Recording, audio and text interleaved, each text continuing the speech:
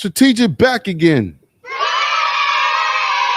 Man, listen, I don't know why I'm in a cherry mood, but we got a few things we need to talk about today, people. Listen, man, I don't want to say I told you so. All right, this is not one of those situations where you can ethically say, I told you so. Why? Because people have died. Children, let's be serious here. There's a difference between people and children.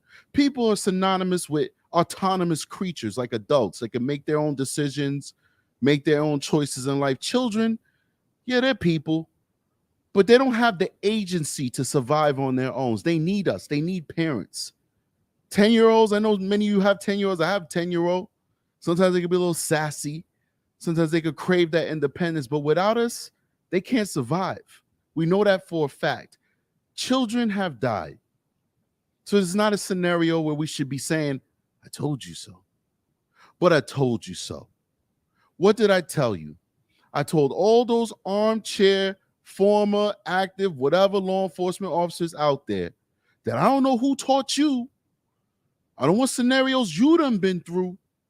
I don't know what trainings you done been through. I don't know how long ago you've been in those trainings. No disrespect to your service. I respect all people who dedicate their life to fighting against crime. But I don't know how long you've been out the game. But common practice now, in this decade, in this year, in this moment, is that after Sandy Hook, everything changed. Everything changed after Sandy Hook. We don't wait for SWAT teams anymore. We don't wait for shields and barricades. Those are nice things. I'd like those things. I don't want to go into an active shooter without a ballistic vest that could handle the rounds of an AR-15. I don't want to go in there without a shield. But everything has changed because we understood that the longer you wait, the more people die. And if there's anyone qualified to die with honor, it's you, the law enforcement officer, the police officer. That's what we sign up for. That's why we get so pissed off when these layman people talk crap about law enforcement. Well, why did you shoot him then? And why didn't you wait? And why didn't you taser him when you shoot him in his big toe? Why didn't you shoot him in his pinky finger?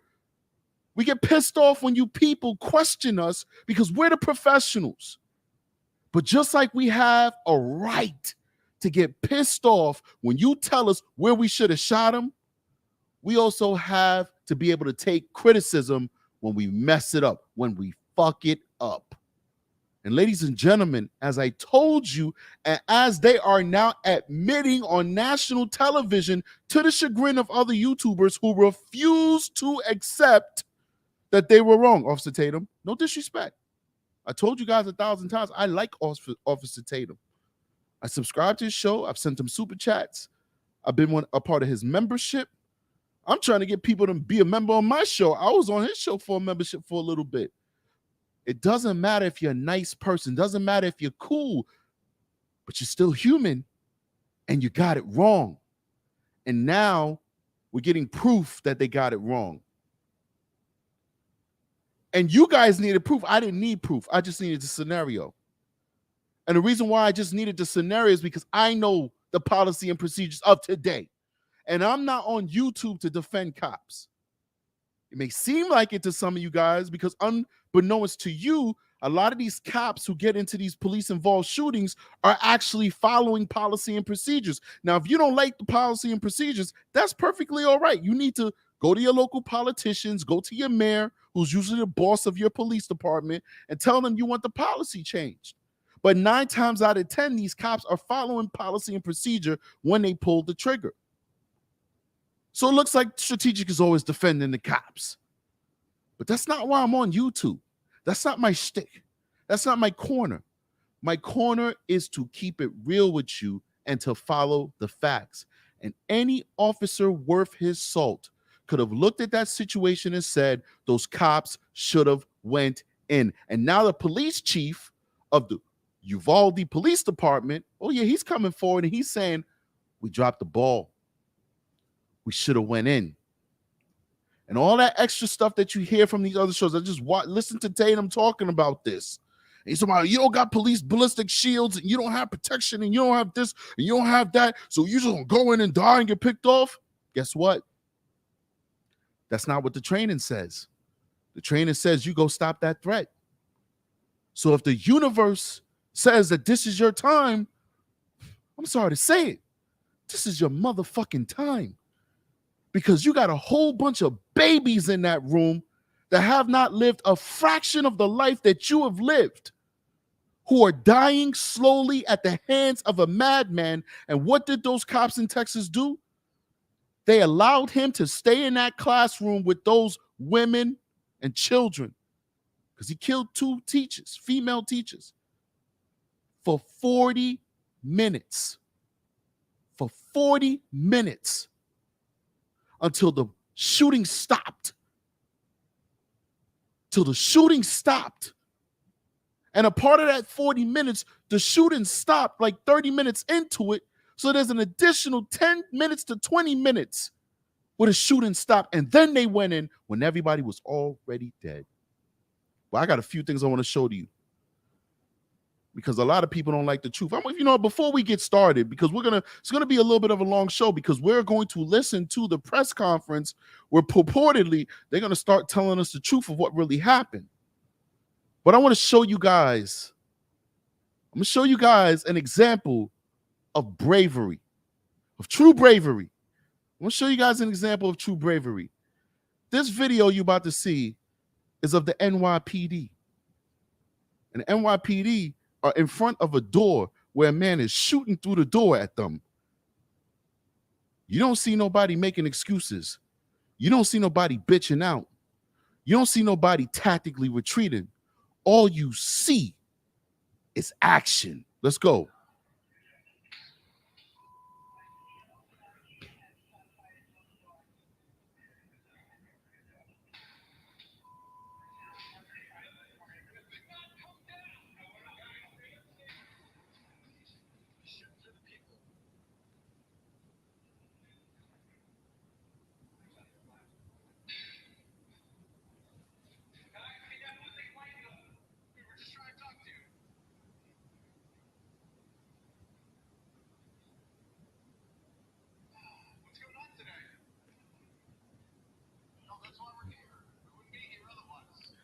He's shooting at them through the peephole. And the cops is like, what's going on in here, buddy? We want to get you some help. He's shooting at them through the peephole. And they trying to have a conversation with him.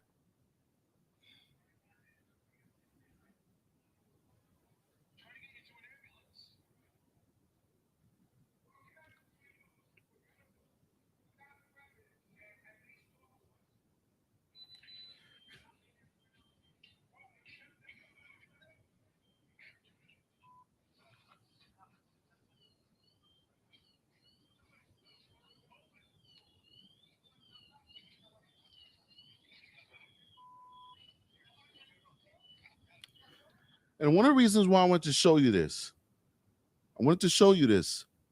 not just for the bravery of these officers standing in front of that door taking fire. And let this play out, because remember this picture here. We might come back to it. It says 1 minute and 12 seconds. I want to show you something else. They're getting shot up. All this is bullet marks.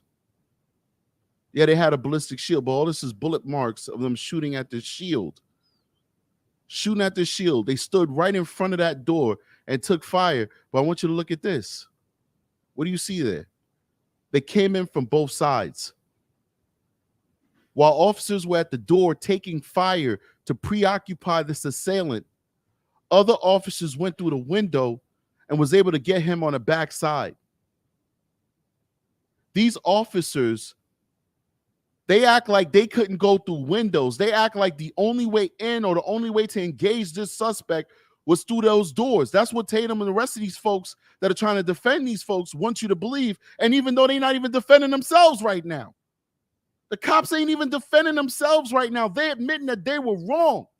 Rather than these officers approach from multiple sides and try and stop the threat, or at least keep engaging this guy, at least keep somebody in there to make sure that he didn't leave the classroom and go somewhere else, they retreated outside of the perimeter and allowed him to have his way in the school. And I don't care what anybody says, it's been proven. And the police keep telling 10 different stories to try to explain why they didn't go and neutralize this suspect. But now that's what we're going to do.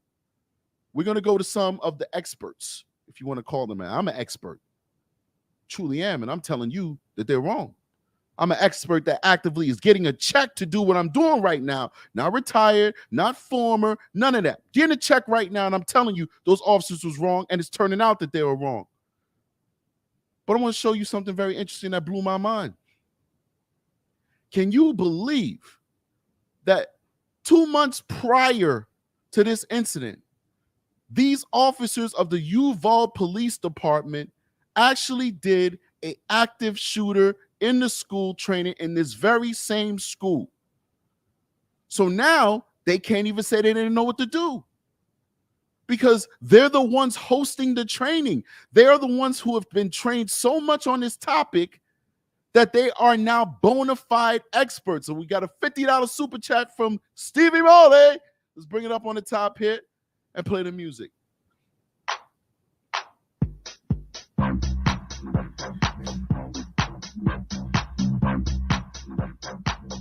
Stevie Marley with the $50 super chat. Stevie Marley says, probably broke from vacay and hid in the corner streaming in the whole time, bringing in the heat. Everyone ante up. Anyone who Cash App Strategic, I will match donations up to $500. Do you hear that? So let's put the cap. First of all, Stevie Marley, thank you so much for being such a good supporter of the show. You heard that. You heard it from Stevie Marley's mouth.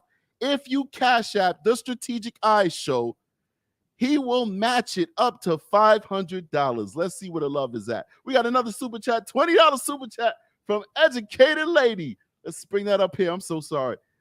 Everything is slow over here today. $20. She says, thank you. Bring you up here. Thank you for continuing to cover this story. We need more officers and men like you. Thank you so much, Educated Lady. Thank you so much, Stevie Marley. You guys are amazing. I appreciate it. Listen, it sounds good. If you can't give for whatever reason, don't worry about it. It's nice that Stevie Marley's willing to do that for the Strategic Eyes Show. But once again, this is hard times for a lot of people. So you can't donate. Don't feel bad about it. Just remember what I say. Like and subscribe, join the channel. But if anybody's willing to show that love, this would be great. Because I'm going to be honest with you before we continue this show. Like I told you guys, every single dime I get for the show, I reinvest back into the show. Right now, I'm looking at, I forgot what it's called, but it's basically a device that will allow me to have multiple cameras and use on a stream. And this is important because we're going to be building our studio out soon.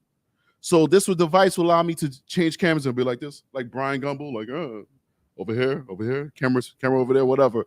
And it costs like $300. It really does. A good one costs $300. Cheap Chinese one that has mixed reviews on Amazon costs like $200. So $100 more will get you the good American-made one that you know works, because it has like 500 reviews with obviously content creators, and they're like, yo, this is good. You know what I'm saying? So that's the next thing we were going to save up for. So if you guys can give and you show love to the show and Stevie Marley matches it as he said that he would, we'll be using that money to actually buy that device. All right. We're not buying strategic Ferraris. We're buying the device. All right, let's go. Let's do it. Let's continue.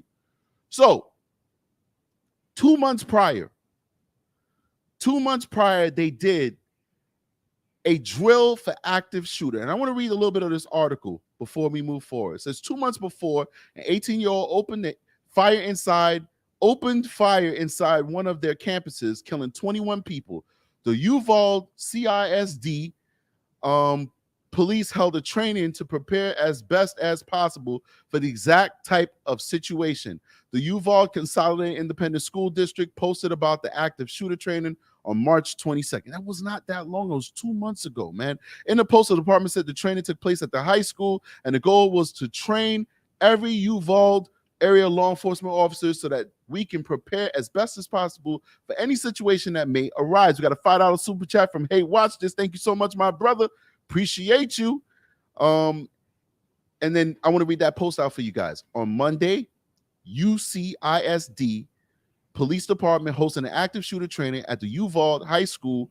Our overall goal is to train every Uvalde area law enforcement officer that we can prepare as best as possible for any situation that may arise. We have hosted several of these courses and plan to continue to do so. I would like to thank UCISD officers Adrian Gonzalez, Ruben Ruiz, and UCISD Lieutenant Mike Hernandez for instructing the course. So they have master trainers. They have master trainers on staff who understand how to deal with these type of situations. Let's keep going.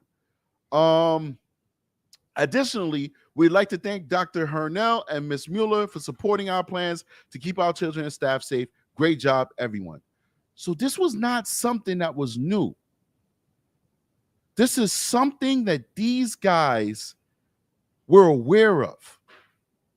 This is something that they knew how to deal with because they were trained to deal with it. Let me go ahead and do this real quick. So for them to try and pretend to tell us that, you know, we didn't know what happened, we didn't know if it was barricaded, we didn't know if it was, it's bullshit. It's absolute bullshit. Because they were aware of what was going on. And want to go a little bit further, and we're going to do this. This is from some of the experts that are looking into this. So the experts said that it was a wrong decision. Officers didn't enter Uvalde classroom as kids kept calling 911. Let's read this one. 19 police officers were massed outside the Uvalde classroom. 19! Didn't I tell you guys this? I said in my original video, I said it had to be at minimum 4, but it could have been as much as 20 in my original video. Then in my response video to Officer Tatum, I said like 20. Because I knew it, because when he said that Uvalde officers responded, that's an all hands on deck. That means every officer that's working that day is responding to this call, right? Then he said the Border Patrol officers responded too. So God knows how many of those dudes responded. Then he said other local area law enforcement also responded. So I said at minimum, you're talking 4 officers, but it could be as much as 20. Now we have confirmation it was 19 officers with guns stacked up outside of that classroom. And all 19 retreated out the building? Let's keep going. 19 police officers were massed outside the Uvalde classroom, but stopped from trying to break through the locked door by an incident commander who believed no more lives were at risk. How did he believe no more lives were at risk? This guy should be fired. How do you make that call? Unless you had a camera in a room, a witness in a room, a view through a window, some type of intel, how do you make that call that there's nobody else alive inside of it? There are no more lives were at risk. How did you know for a fact that every single one of those kids was DOA? How do you not know that some had survived? Some were clinging on to life? Some were hiding in a closet. Maybe one was in the bathroom hiding. How do you know that? So they're blaming on his commander because you got to have a fall guy.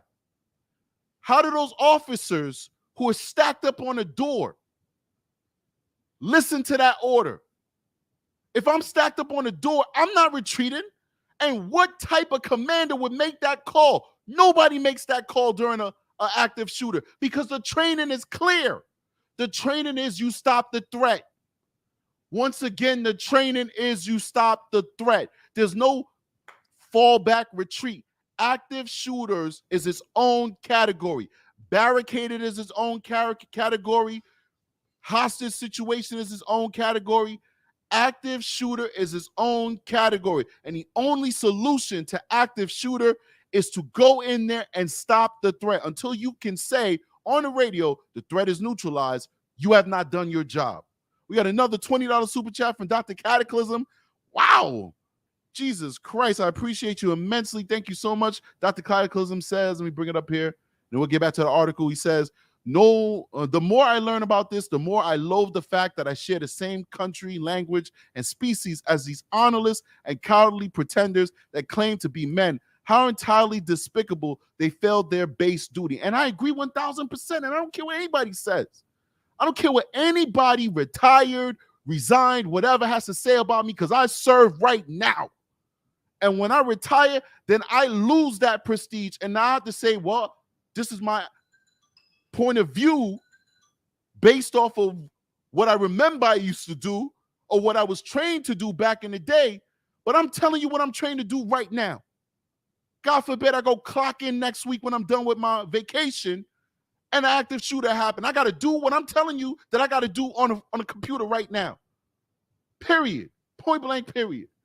These folks, everybody purports to be an expert. But people got to be able to admit when they're wrong. My daughter keeps calling me and I'm live. All right. It's unbelievable. It's crazy. All right. So let's go back to the article. With the benefits of hindsight, from where I'm sitting now, of course it was not the right decision. You know, I'm gonna go back up there. Because I missed something. So I'm gonna start from the beginning because I want you guys to feel this. Because I feel this. Because I feel like the badge has been betrayed. This is serious for me. See, a lot of people live their life without honor. Hold on. I am live, so if it's not important, I'm going to have to call you back. All right.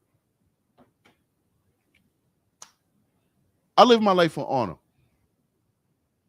Some people don't live their life for honor.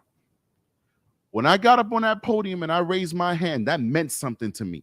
I felt that in my soul. I didn't say, oh, this is a check.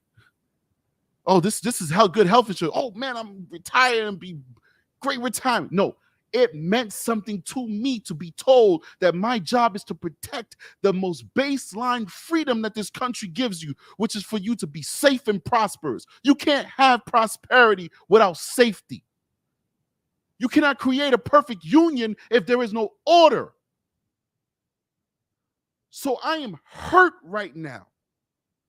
Because if there's supposed to be dead bodies on that floor, it should have been those kids. It should have been brave officers willing to sacrifice everything to protect those children. And if you go into the job with anything less than that mentality, then you do not deserve to be a police officer in these United States of America. So let's read it from the top now. 19 police officers were amassed outside the Uvalde classroom, but stopped from trying to break through the locked door by an incident commander who believed no more lives were at risk. And I say it one more time, where is your proof of that? What information, commander, did you have to work on to make that call? And if you cannot articulate that all of those officers in that hallway say, hey, everybody's dead in there, boss, then I'll excuse that commander. It's still wrong. You're still supposed to go in. But if all those officers testified to that commander that, yo, the classroom is just filled with dead bodies. We checked all of their pulses. We told the killer, time out. Hold on here. Don't shoot us. We got to go in and check these bodies. We checked all the bodies. They're all dead. Then I'll give that boss a pass. But if he's just presuming that these kids are dead, he should be fired. But let's keep going. Frantic 911 calls from children inside, however, proved the decision was a mistake. They got calls from the kids in those classrooms who said, we're still alive. Who said, we're still alive. Who said, we're still alive. And nobody was going to come to save them. The state's top law officer said Friday. So who am I going to believe? I'm going to believe Tatum. No disrespect to him. Once again, it's not a YouTube war or YouTube beef. He let me on his show tomorrow. I'm like, hey, Tatum, what's up, man? Thanks for letting me come on your show. Hey, I disagree with you with this Texas thing, but I appreciate you as a content creator. It's not a beef. But who am I going to believe? Tatum and his live that he did today, where in his live he's saying, I got sources from within. Or the top law enforcement officer of Texas who's speaking just a few hours ago saying we fucked up. Who are you going to believe? So he continues. This is his quote. With the benefit of hindsight, mind you, this is my first time reading this.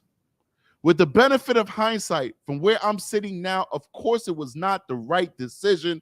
It was the wrong decision, period, said Steve McCraw, director of Texas Department of Public Safety. It was wrong decision, period, full stop. Clearly, there were kids in the room. Clearly, they were at risk, he said. The incident commander, the chief of police of the Uvalde school district. So is this asshole who did this shit. So it's this asshole who did it. I want to go ahead and put this up here because want to remind you guys, Stevie Marley is matching any donations that people make on the Strategic Guys show right now. And we are so very grateful for that. And people might pop in and they may not know that this is the case. But once again, Stevie Marley will be matching all contributions to the Strategic Guys show up to $500. And we are so grateful for that. Back to the story. So this douchebag, I'm going to bring him up here. You know what? Bring it to me. And I want to show you this guy because I went on their website, the Uvalde Police Department, and I was trying to get information on the number of officers they have, the type of units that they have, to see if it's a small police department or a medium-sized police department, see what type of resources they have. So this is the Uvalde Police Department chief, and he was the incident commander. This is the dummy, Daniel Rodriguez, fucking dummy, who made the call to not breach that door and take down this active shooter. This is the dummy who decided that those kids were just collateral damage. Those kids were, what do they call it? Chaff? I mean, that they didn't matter. So somebody said that Darla says 6 police officers. And that's another thing. You shouldn't have towns with 6 police officers. Because what type of training are you going to have? What type of understanding of how to deal with these type of situations will you have? What they should do is you should have consolidation of police expendable. Good word, T. Williams. You should have consolidation of these police departments so that they form larger police departments. What is 6 officers going to do? You're always going to be calling for assistance anyway. 6 officers is traffic control. 6 officers is minor dispute on a midnight shift. They're always going to be responding with the sheriff and with the outside, towns and cities that are local. So you might as well consolidate them all into one police department. I don't know if that's a fact.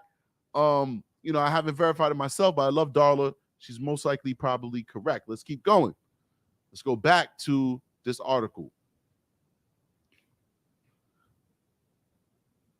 The incident commander, chief of police of the Uvalde School District, determined that the situation inside Robb Elementary School had transitioned from an active shooter to a barricaded subject, McCraw said.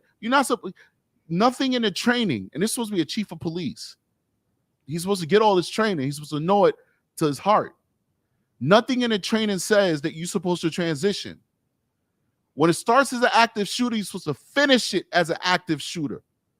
Once again, when it starts as an active shooter, you're supposed to finish it as an active shooter because you're not supposed to stop until you get this guy neutralized, especially in a situation where this guy is barricaded with 21 people and he's slaughtering them. Let's keep going. The district police chief, Pete Arredondo, did not attend Friday's news conference, and McCraw did not refer to him by name, discussing only his title. The decision to end the active shooter response, McCraw said, meant that the incident commander believed there was time to, I don't know, was it?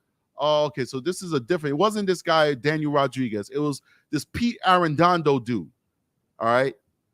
It's Pete Arredondo dude. That's the guy who did it. My apologies, Daniel Rodriguez. I'm so sorry. I know you're watching the Strategic Guys show. I apologize for that. Let's keep going. The decision to end the active shooter response, McCraw said, meant that the incident commander believed there was time to retrieve keys to the classroom door from a janitor and for a Border Patrol tactical team to arrive. He wanted the keys. But for 77 minutes, according to a new timeline provided by McCraw, the shooter traveled between 2 classrooms connected by a shared bathroom while students and teachers were calling 911 for help, including a girl who begged, "Please send police now." People should go to jail for this, man. This is dereliction of duty. Every single white shirt, if they have white shirts there, they might just have black shirts with all types of fancy decorations, should be forced into retirement right now. This dude, Pete Arredondo, he should be out of a job. Pete Arredondo should be a retired former police officer. For 77 minutes, this guy was walking from classroom to classroom, slaying our children with our kids, texting, please send the cops, send the cops. And the cops was right outside the door and right outside the gate.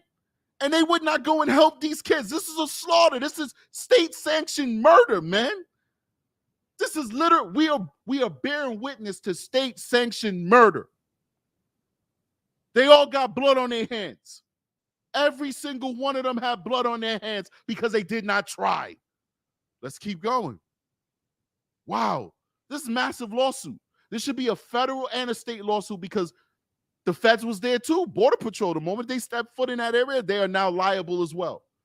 That whole town should be renamed, all of the victims, because they should sue it into oblivion where now the families own the town. This should be the first private town in America owned by the victims' families because they botched this so badly, they need to own the town. The town can't find enough money to pay these families, to pay off 19 people who were killed from state-sanctioned murder while their parents were out there being beaten, tasered, and pepper sprayed by dirty-ass freaking Texas cops who don't know what the hell they doing out there, walking around with, like they commandos. I wear a nice uniform. These motherfuckers walk around with chest carriers, plate carriers, like they're freaking commandos. And when the time came for them to actually be a commando, they fucking ran. They ran. Texas this and Texas that. My long rifle, my long guns, and what happened? We look at the pictures, we see nothing but Texas cops out there with AR-15s, M5s, and all types of variants of the AR-15. Walking around with the sling holsters and all that stuff. Guns dangling all over the place, but not in their hands. You can't tell me that they were outgunned. You can't tell me that they were outmatched. They had more training than that punk-ass, what is it, emo, whatever he want to be, psychopath. They had every single advantage over that fool. And they had the weapons and they didn't go in. This is a travesty with state-sanctioned murder. Let's keep going. Another caller reported that 8 or 9 students were still alive about a half hour before the Border Patrol team entered the classroom behind shields and shot the 18-year-old gunman dead at 12:50. They were still alive. It was still alive. Now, who am I supposed to believe? Supposed to believe Tatum? I'm supposed to believe Tatum, or do I believe the police chief? Do I believe the director of public safety of the biggest state in America? Maybe the second. That of California, one of the two. Do I believe Tatum or the director of public safety of Texas who's admitting this to us? Who's admitting this to us? Let's keep going. Amazon man is dropping off a package. Seen him through the window. Let's keep going. Asked, here we go, plenty of officers to do what needed to be done. That's the caption right there. Ask why 911 operators did not inform officers that people were still alive inside, changing the situation back to an active shooter response that demanded immediate action. McCraw said he did not yet have that answer. I'll tell you why. Because those 911 operators, they relayed that information. They're not going to take the fall for this bullshit. We had a 911 operator on the Strategic Eyes show already. She graciously came on the channel and told us her perspective as a 911 operator. She did her job. Guarantee you she did her job. They did their jobs. I will bet on it. Just like I told you guys that these officers were wrong for their response, I will bet you that they relayed that information, but it was ignored. Let's keep going. Before we keep going, please hit that like button on Facebook. Please hit that like button on Facebook. Show love to the channel. Help support the channel. And if you're on Twitch or Facebook, I think I said Facebook. Give me a reaction on Facebook. Reactions on Twitch. We got a lot of people watching from those platforms. And please hit that like button on YouTube. That's what I meant to say. Hit that like button on YouTube. And remember, my man Stevie Marley is matching any Cash Apps or super chats that you send the channel. So if you send $2, Stevie Marley's going to match that and make that to $4. You send $50, he's going to match that and make that to $100. Stevie Marley is matching any donations to the channel, and we could use that because we want to buy a switching device that will allow us to have multiple camera views on this show to help take this show to the next level so we can look more professional and we can draw in more viewers. Because guess what? There's a lot of people, visuals is everything. They don't listen to you first, they watch you. And if you're not appealing them visually, they turn off before they truly get the opportunity to understand what you're saying. So unfortunately, that's human nature. So we got to make the show look more professional. We got to buy more equipment. And this is one way we could get that done. Gmail account, send a $5 Cash App. And do me a favor, guys. If you send a Cash App, thank you so much, Gmail account. If you send a Cash App, please make sure that you say it in the comment section so that Stevie Marley can know, he can know that you sent that Cash App. Because I can't check it right now because I'm over here doing this show. So we got a $5 Cash App from a Gmail account. Thank you so much. Let's keep going. When there is an active shooter, this is the Texas boss again.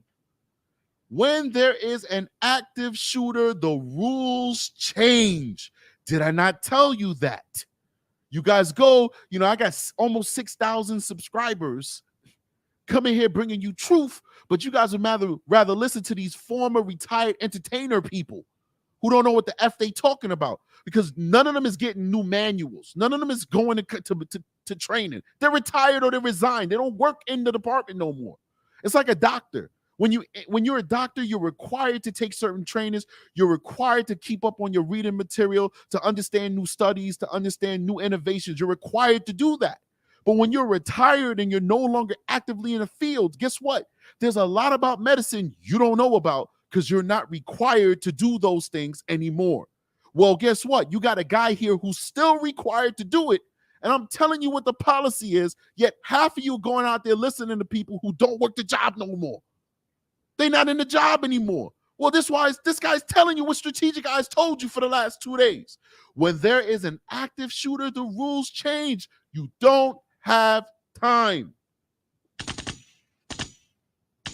You don't have time because the bullets are going off. You don't have time, he said.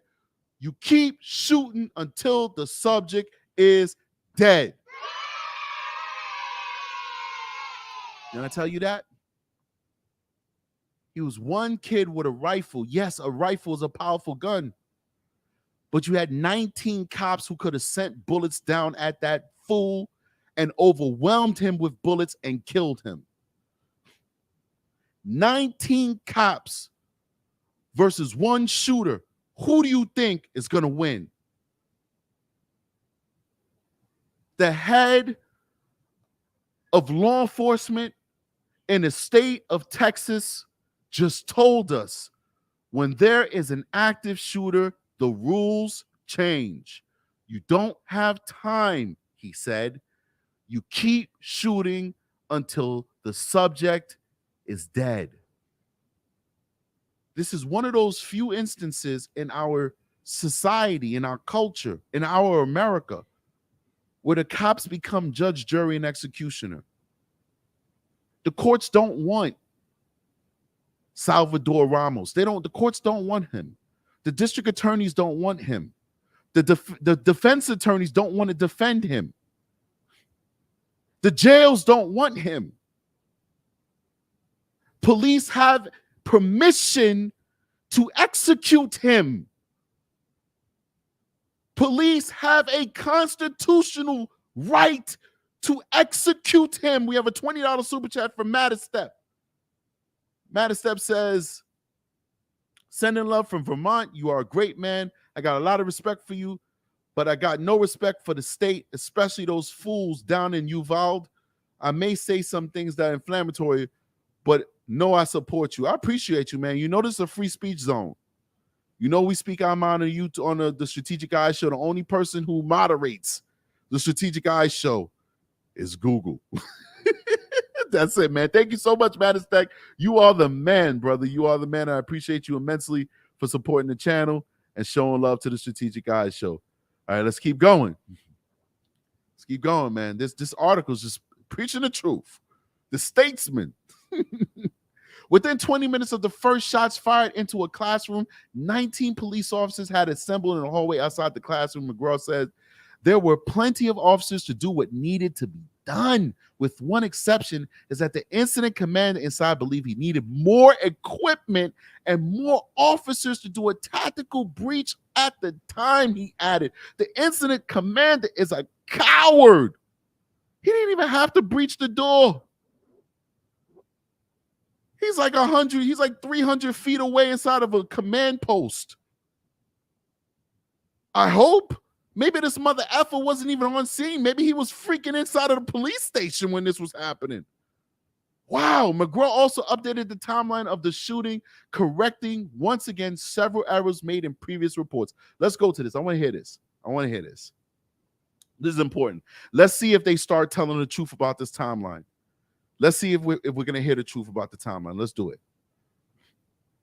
The gunman crashed a pickup into a ditch near Robb Elementary at 11:28 a.m.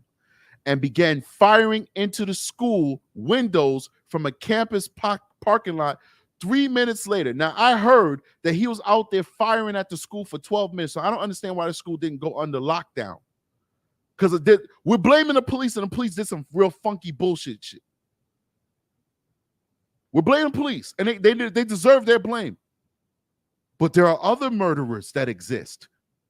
And I'm thinking these school administrators are murderers too. Because if he's outside, we're going to see what their timeline is.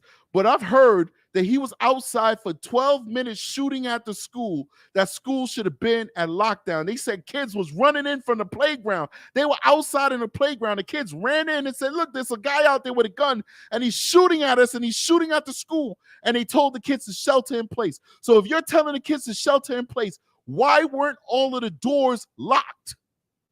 Shouldn't you have had designated people to make sure every single means of egress was sealed and shut? Because he didn't just walk in.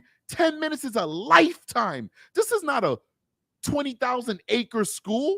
This is not a school in Chicago, a school in New York, a school in Cali with 4,000 students and 40 different entrances and exits, because you need that for code just in case there's a fire. This is a small town school with a couple dozen kids in it. Couple dozen kids. You can't tell me they couldn't seal all those doors when this guy's outside for over 10 minutes shooting at the damn school. Let's keep going. Let me see something. I see King Phoenix inside of the comment section. What up, King Phoenix? Says, my fiance was saying this is why they need to be an assault rifle ban, but I was telling her it wouldn't make a difference in this instance. It wouldn't make no difference. This ain't about guns. It's about madmen and inept cops. That's what this is about. Because if he was in there with a knife stabbing those kids up, the fucking field commander probably would have said, I need more equipment. We need more equipment. And let him stay in there stabbing those little kids up while the cops stood outside with guns. This is about madmen, psychopaths, and inept cops. That's what this is about. So let's keep going. The gunman crashed a pickup into a ditch near Robb Elementary School at 11:28 a.m. and began firing into the school windows from a campus parking lot 3 minutes later.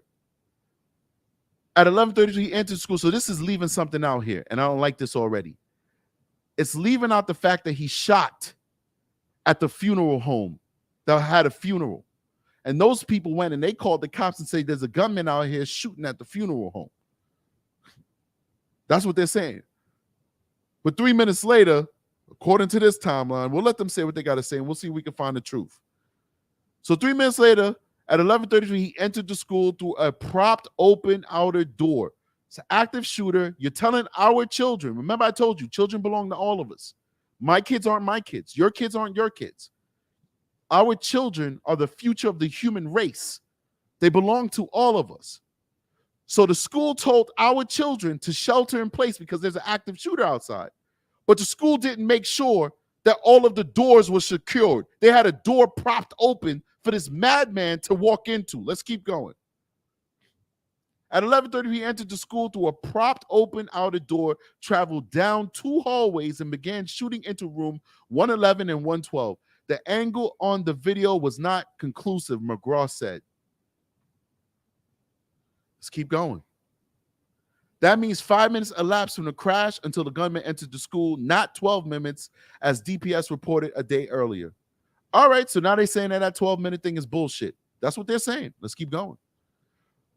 The gunman, McCraw said, entered the school through a door that a teacher had propped open 1 minute before the pickup. He was driving crashed, and the teacher ran back inside to retrieve a phone to call 911. That teacher's a dumb mother effer. She should be, or he should be fired. It's okay for heads to roll when these things happen. Regular Degular in the building, Yoda's in the building. It's okay. You're just losing a job. Other people lost their lives. You're getting fired. 19 kids are dead, and 3 adults are dead. That's all right. Or 2 adults are dead. That's okay. It's not the end of the world. You could take your teaching license and go work somewhere else. You could take your state-issued law enforcement certification for Texas and go work for another department. But heads must roll because you fucked up. You fucked up. You left the door open and babies are dead. So let's keep going. 2 minutes after the gunman ran into the school, 3 Uvalde, 2 minutes now. This is a new timeline. I never heard this timeline before. We're hearing it together. 3 Uvalde police officers followed through the same doorway and approached the classroom where they were fired upon through the closed and locked door, and 2 officers received grazing wounds, McCraw said. Is that the part where they ran away like little bitches? I don't know. Let's keep going. By 11:53, 19 officers were in the school hallway. 19 officers were in the school hallway where they were told to wait. The Border Patrol tactical team began arriving at 12:21 p.m. First of all, I don't know how far these dudes were, and I don't blame them because they're not Uvalde tactical team or Uvalde SWAT. They belong to the federal government, and their job is to deal with federal issues. So maybe they're coming from far. But if you are that incident commander and you're being told that the Border Patrol tactical team is over 30 minutes away, you got to look for different options. You got to look for different options. Your only option should not be wait for this tactical team. You got to do something else because guess what? They're too fucking far away, you goddamn idiot. But let's keep going. Let's keep going. So, according to spent cartridges recovered in the investigation, and these officers were told to wait, man. This is messed up. So now it's not even their fault, but it is their fault because they shouldn't have waited. But it's basically this incident commander. And I don't know if this is what the way they setting up for him to take, because sometimes this happens. Like, yo, you be the fall guy, you're retiring anyway, right? Yo, at a Donde, didn't you tell us that, Aaron Donde, didn't you tell us you was retiring in a month? Take the fall for us, please. Because if the truth comes out that the officers who are on scene chickened out, then people will lose all faith in law enforcement. So can you take the fall for us? That might be the case here, or it may not. The case may be that Aaron Donde is the sole person to blame for this, or it could just be he's a fall guy. Because if you take the tactical training, you're not talking to your incident commander asking him what the fuck he wants you to do. The training is made that you think on your feet. The training is go get him. The training is not speak to your boss. 3404, boss, what do you want us to do next? Oh, yeah, I want you to just hold at the door. That's not the training. It's not the training. We all get the same fucking training. It's nationally certified and accredited training. The training is go in and end the threat, period. You call your boss, command post, threat neutralized. That's when you call your boss. Let's keep going. Let's keep going. All right. Jesus Christ, man. These guys. And funny thing is, when I started this live, I had a migraine. I still have that migraine, but I'm so worked up. I'm so pissed off. I'm so tight right now. I don't even care. Bring it, brain. Bring it. Let's go. According to spent cartridges recovered in the investigation, the gunman fired 142 times from inside the classroom and 22 times from the school parking lot. He also fired 22 times from the pickup crash site, where he targeted without hitting 2 men who had approached to help, McCraw said. 35 spent law enforcement cartridges were recovered. Just 35 shots is what the police shot. That make any sense? We watch these police videos all the goddamn time, and we watching cops shooting guys running down the street 50, 60 different times. And you tell me you got a freaking active shooter with a long rifle and the cops and 19 cops in the hallway, and they only shot 35 times. Let's keep going. Whatever. 35 spent law enforcement cartridges were recovered, 8 from the school hallway, 28 from inside room 111, where the gunman was shot dead, McCraw said. First, details of the 911 calls. Let's go into the 911 calls. This is very detailed. I didn't know it was going to be this detailed, but let's keep going. McCraw also provided the first public details of 911 calls were made from inside the classroom. Let's hear it. A caller from room 112. Fucking liars. You told us that everybody was dead in the damn classroom, right? Aaron Donde, didn't you tell us that, you fucking piece of shit? I hope you go home and hug your fucking family, you piece of shit. You told us they was all dead in that goddamn classroom. Remember that? Oh, apparently they weren't. Because a caller from room 112 called at 12:10 p.m. to report multiple dead, then called back at 12:13. This fucking, Jesus fucking Christ. They're fucking talking to 911, giving them up-to-date accounts of what's happening in the room. And you telling your folks to stand down? Jen Russell says, I'll donate $100. All right, sounds good. Send it to the Cash App. Appreciate you. Because Stevie Marley said he's going to match it up to 500. Listen, guys, come on. Help me get that 500 so I can buy this equipment for the show. And you guys know I don't screw around. When I tell you I'm going to buy equipment, I buy equipment because I show it to you. And I show you receipts. You help me out with this, guys. I didn't want to turn this into a fundraiser show. But Stevie Marley's showing us love, and this is a good opportunity to get the equipment I need, all right? Help me get the equipment, ladies and gentlemen. Stevie Marley is matching contributions. Throw $5 or $10 if you don't have big dollars. Throw what you can, because this is an opportunity that doesn't come too often. All right. I'm sorry. Back to the story. Aaron Donde told us they was all dead. He told us they were all dead. A caller from room 112 called at 12:10 p.m. to report multiple dead, then called back at 12:13 and 12:16 to say 8 or 9 students were still alive, he said. 8 or 9 children could have been returned to their family. We could have been in a situation where just 9 children were dead, or 10 children was dead, or 11 children was dead. We could have returned 8 or 9 kids back to their family. It matters, ladies and gentlemen. We went from getting something to get nothing. And Officer Tatum, a person that I like, is on here on the airwaves with 1.9 million subscribers making excuses for fucking bozos in Texas. Bozos.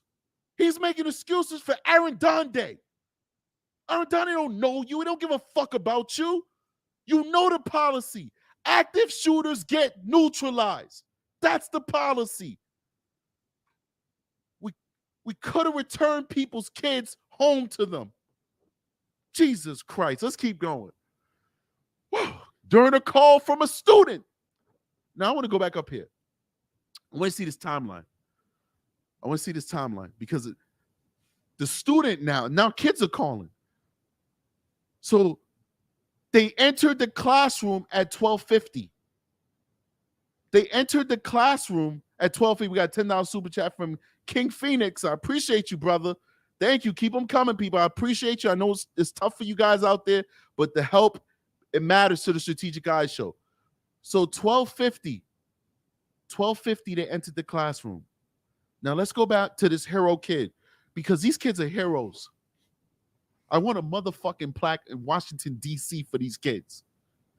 In none of these school shootings have we seen children calling 911, children giving sit reps, situation reports to the police while an active shooter is in their fucking face. Those goddamn kids are heroes. Those teachers are heroes.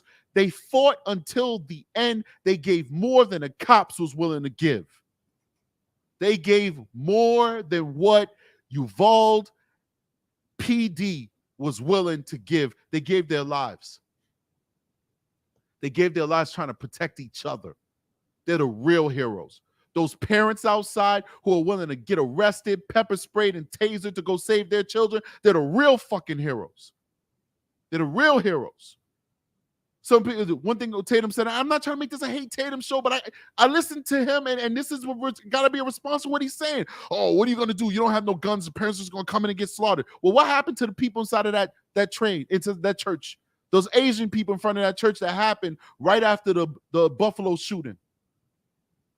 Did they not tackle the shooter while he was armed and duct tape him and hog tie him like a pig and deliver him to the police? Did they not do that? Did they not do that? Yeah, they did that.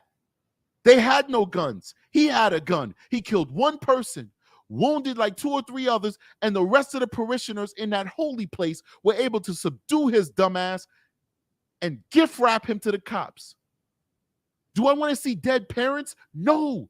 But if the police weren't willing to go save those babies, then maybe we should have let those parents go give their lives to try and save their kids, because they at least would have died with honor instead of living shame.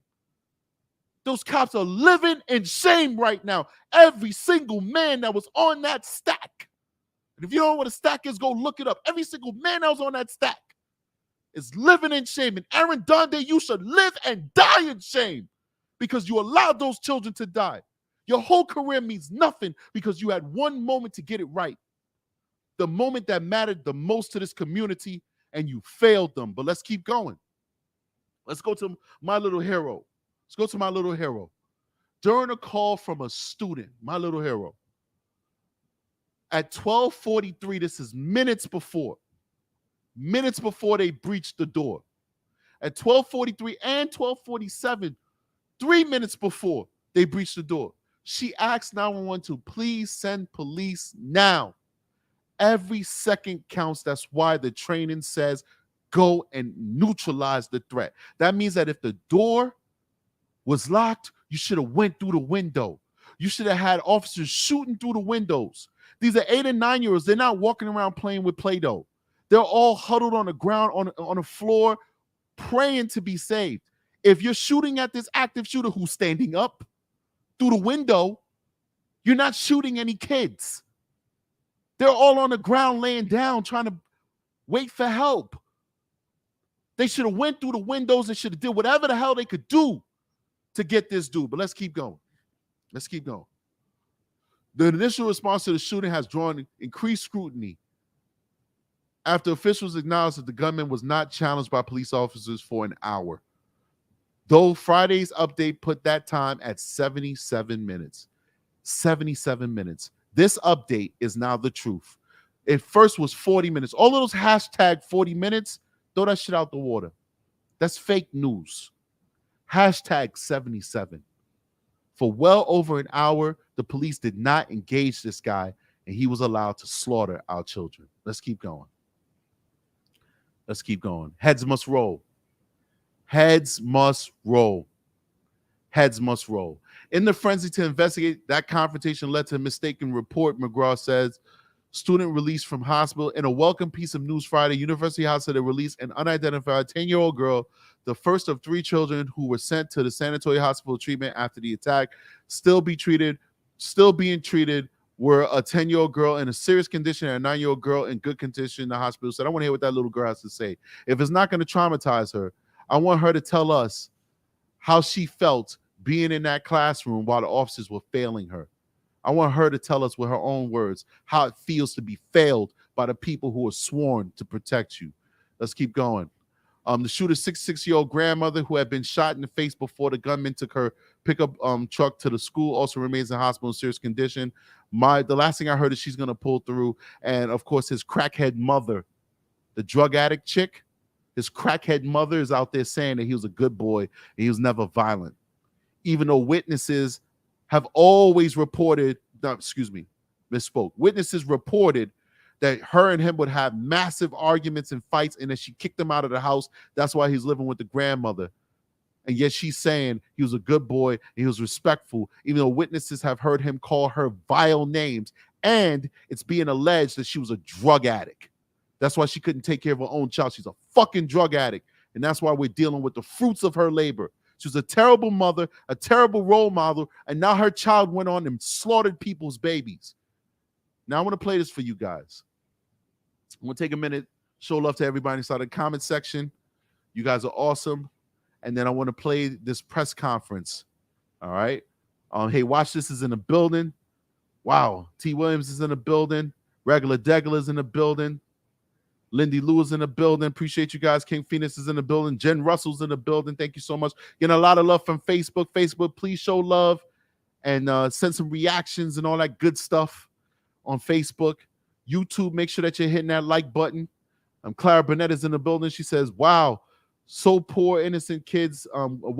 So poor innocent kids died because they were scared. So sad. Every last one on duty and was at the school should be brought up on murder charges because the blood of these babies and 2 adults are on their hands. I am disgusted. I am disgusted as well, Clara. This is disgusting. This is not what I signed up for. I did not sign up to be a coward. I did not sign up to be led by cowards either. It's not what I signed up for. I want to come home to my kids every single day. But when I put that uniform on, I got to be a cop. And that's what these guys are supposed to do. King Phoenix says, that's good insight. Makes a lot of sense. Seems like it would be better to have casualties from a shootout with police involved rather than people sitting and waiting to die. And it sounds horrible, right? But it's a fact.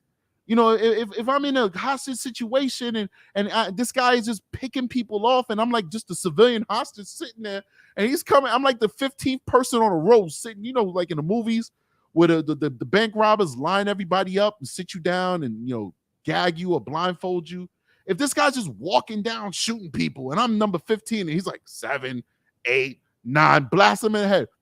What would you rather, to just sit there and get blasted in your head by this bad guy, or rather see the police come in guns blazing and maybe you get shot by accident by a cop? I'd rather die from that cop than die from this fucking assailant, because at least I know this cop is just trying to help and an accident happened. Whereas this assailant wants to murder me. He's getting pleasure off of killing me. This is his raison d'etre. He wants to kill people. We just let those lambs get slaughtered. We just put them in a slaughterhouse and let them just make Purdue chicken out of them. You know, they just slaughtered these little kids, man. This is crazy. Damn. Madison said, I got to go. Much love, y'all. Peace out, Madison. We appreciate you. Suleiman Gal's in the building. Suleiman says, I do agree with the false flag. To be honest, this same government would allow passengers jets to be used as missiles to facilitate a war. I could see mass shootings being facilitated to bring about more government power. This is why I disagree with that, Suleiman Giles. The reason why this is in no way whatsoever a false flag is because it's so idiotic and it's so cowardness that the government could do better.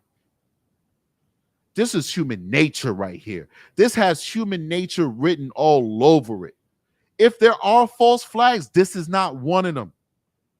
Because this is so idiotic, so cowardly, such bad leadership, such bad mismanagement, such non-preparedness, even though they just had a mass shooter preparedness test 2 months prior in that same freaking school, that you could not possibly conceive this to be a false flag, because whoever would engineer this as a false flag would be so much more sophisticated than the people who pulled this blunder off. This is human nature. I don't think it's false flag at all. So now I want to bring in this. I want to watch this thing. It's 40-something minutes long. We're not going to watch the whole thing. We're not going to have a 2-hour live. Maybe we will, but who knows? I want to go ahead and we're going to try and skip through.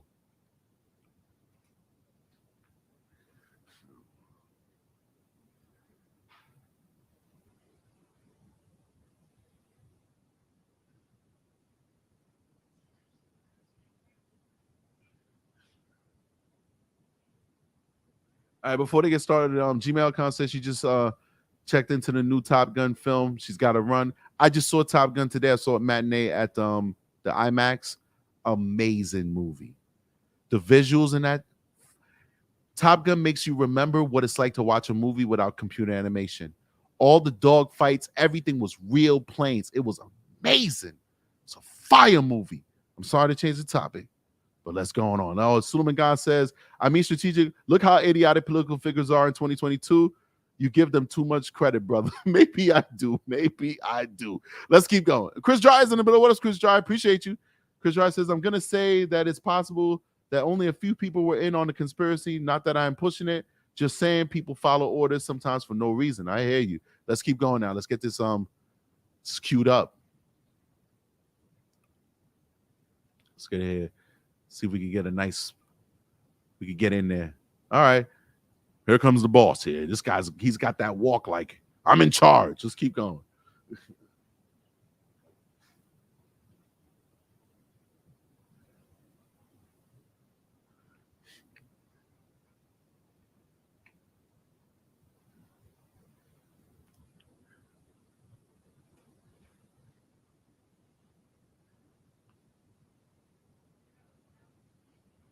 Who?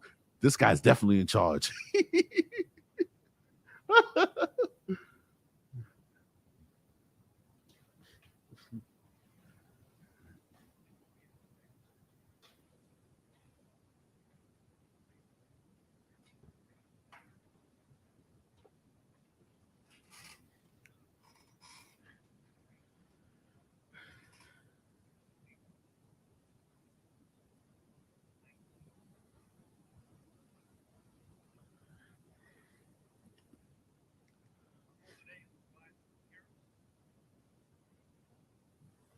All right, so people are saying they're not getting any sound. It's not my fault. This video is actually in mono. I can only hear it in one ear. So it's if you don't have like a stereo or audio, it's not gonna come through. What I'm gonna do is I'm gonna try and get a different source. All right, guys. So it's not me. It's actually the YouTube channel. So I'm gonna make myself big right here, and we're gonna try and fix this, make it work. We're gonna try and make it work, baby. All right, so let's do this. Remove that. We're gonna do this. Well, work with me. I'm gonna try it this way, and then let me know if you guys can hear it. All right. Let me know if you can hear it now. As much information as you can. Where we are on the investigation. Can you guys hear it now? Here reports facts as we know them now. Not to defend what was done or to criticize what was done or the actions taken. We get a thumbs up if you guys can hear it. Thumbs up, thumbs up. If you can't hear it, let me know. But let me get a thumbs up. The second timeline will discuss the 911 timeline. Then we'll talk about. All right. Unfortunately, I can't go any higher than that. I'm gonna try one more thing, and what I'm gonna do is I'm trying to get this from a different source that has it in stereo, because right now it's just in mono, and that sucks. So let's see here. Let's see if we can find this in stereo. Uvalde, Texas press conference. And that's why we need better equipment, guys, so we could get this stuff going to you guys better. So for everybody who's been donating, I appreciate you guys a million. Once again, Stevie Marley is matching donations up to 500. So if you could donate some money, please help us out. $5, $10, everything helps. Doesn't matter. Everything helps. We're trying to buy some new equipment so we get multiple camera angles and make shit look nice on the show. So let me see if I can find you guys a better example of this press conference. First of all, let me see. This one right here happened 3 hours ago. So we want to go ahead and see if we can get this 3 hours ago press conference. I mean, for real, guys, this should be like the most important thing. Like, it should be like 10,000 different channels covering this story. I have no idea why that's not the case. So this is Fox 10 that I'm getting it from. I want to get it from, so we're going to try two different sources. This one is Local 5 News, and this is Fox Business. Let's see if they have better examples of this. Nope, this one is mono too. I don't know why they do that. Like when they stream live, it's mono.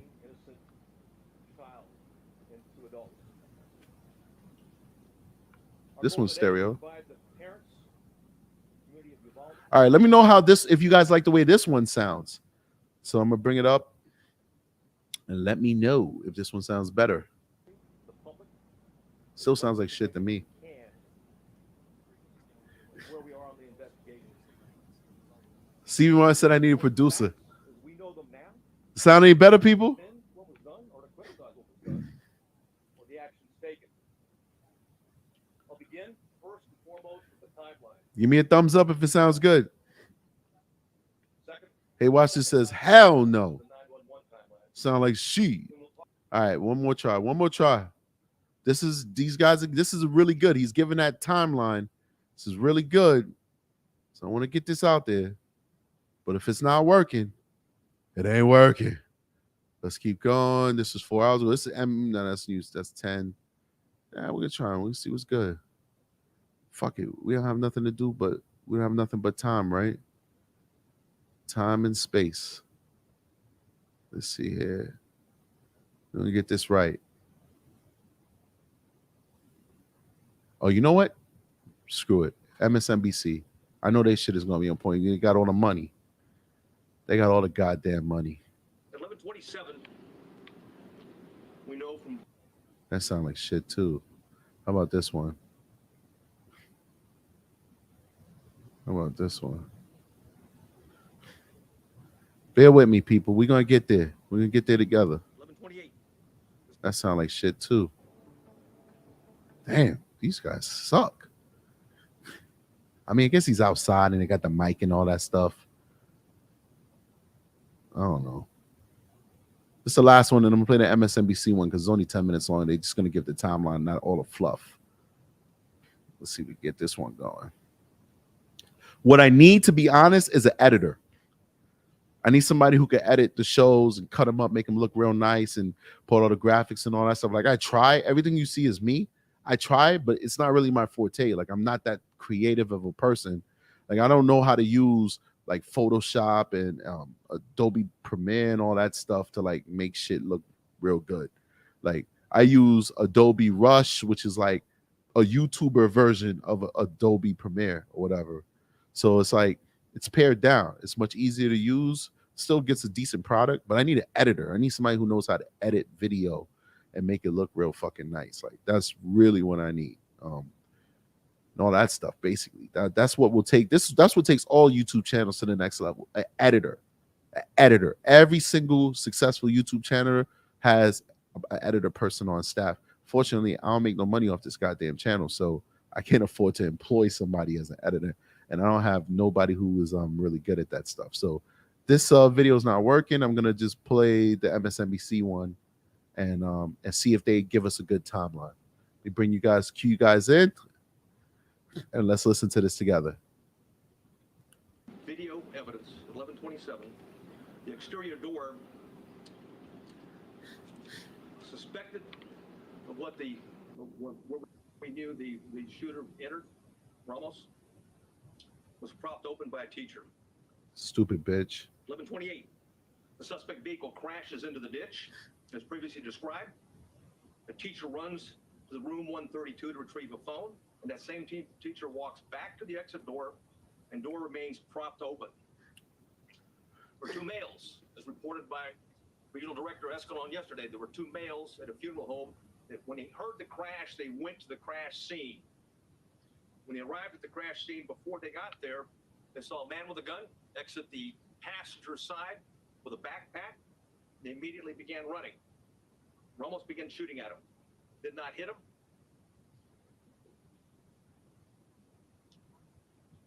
One of the males. Think about that, right? Somebody gets into a car crash, and your first instinct is, "Wow, I'm gonna go help that person." And you approach to help them, and mother effer starts shooting at you. It's fucking crazy, man. Let's keep going. Fell when he was running. Both males returned to the funeral home while they're running. And then again, we see through video, teacher reemerges inside the school in panic and apparently calls 911. Will she leave the door open? 911 call at 11:30. If there was a crash, man with a gun. But you left the door open. The suspect reaches last row of vehicles in the school parking lot. And you left the door open. 11:31, the suspect shooting began at the school while patrol vehicles got to the funeral home. I'll point out where it is.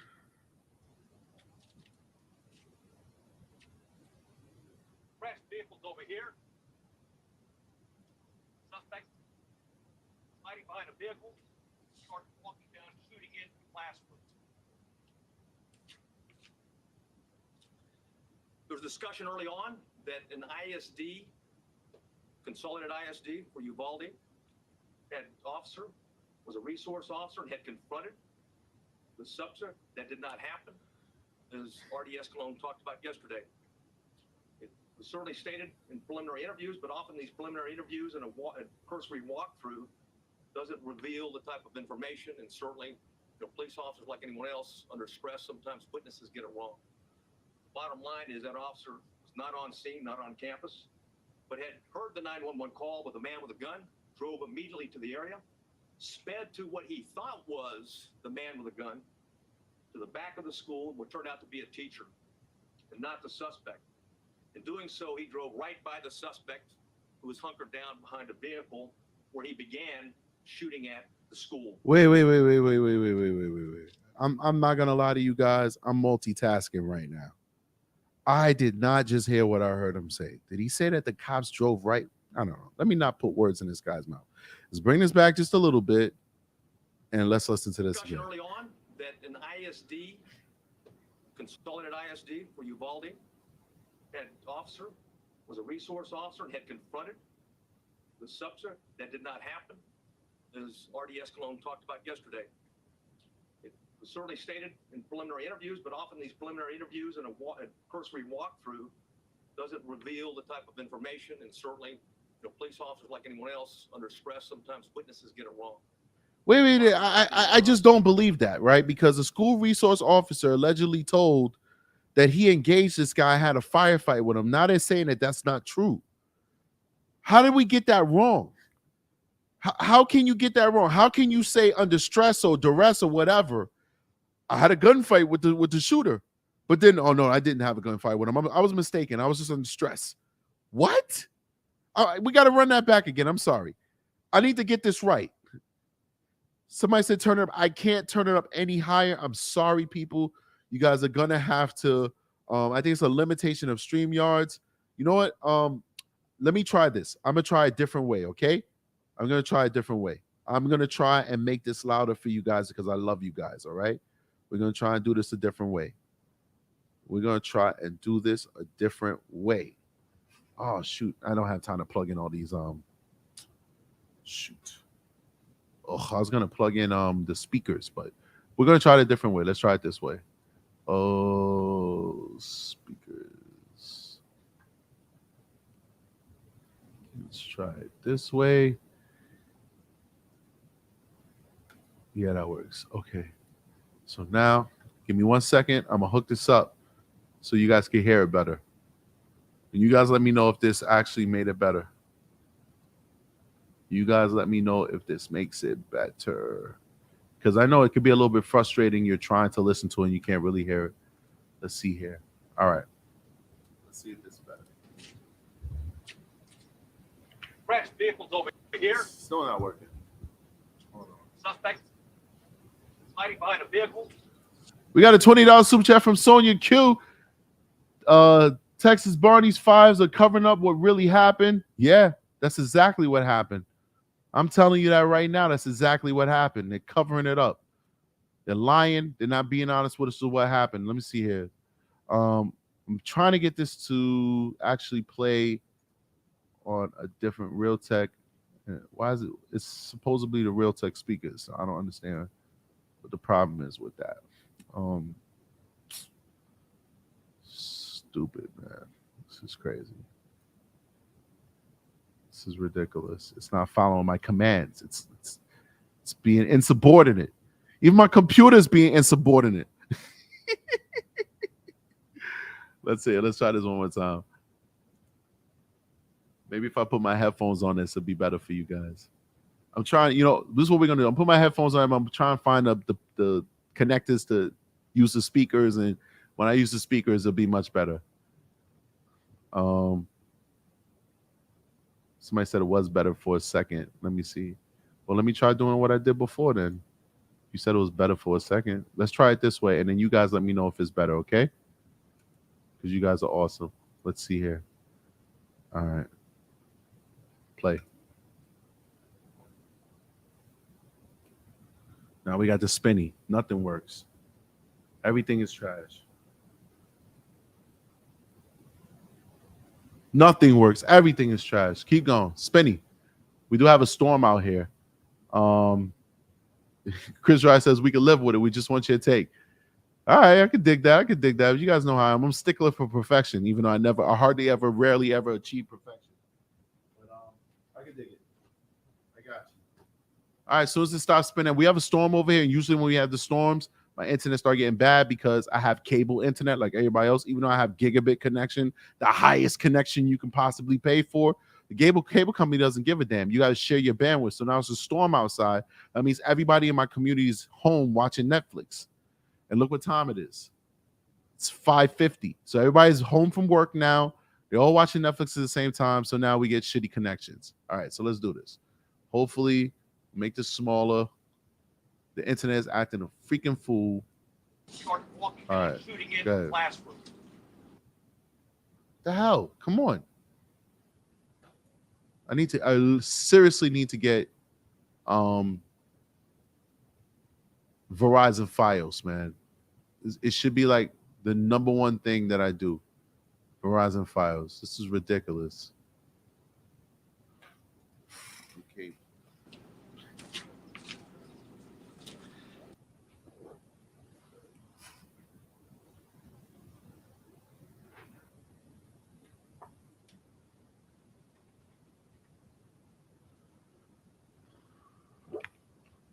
This shit's still not working?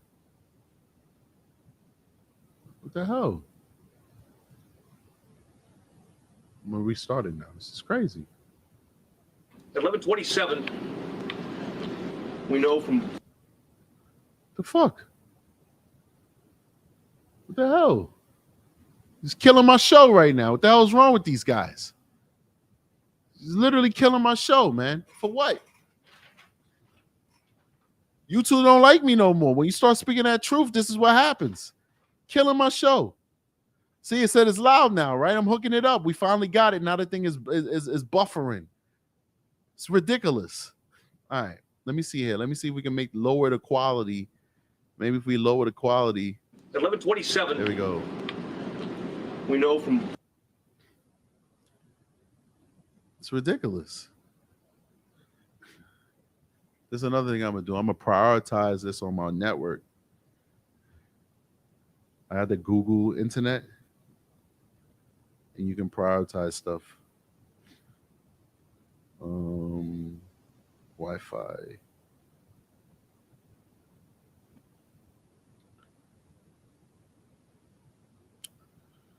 It's crazy. This is ridiculous, guys. This wasn't happening before. The whole computer is acting up. Look at that. Look at this. Why is it doing that?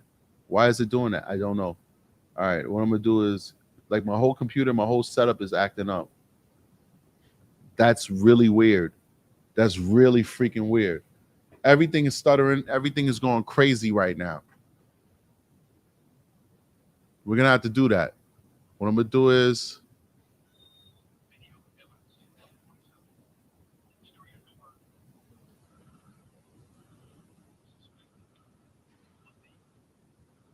the shooter entered. Ramos.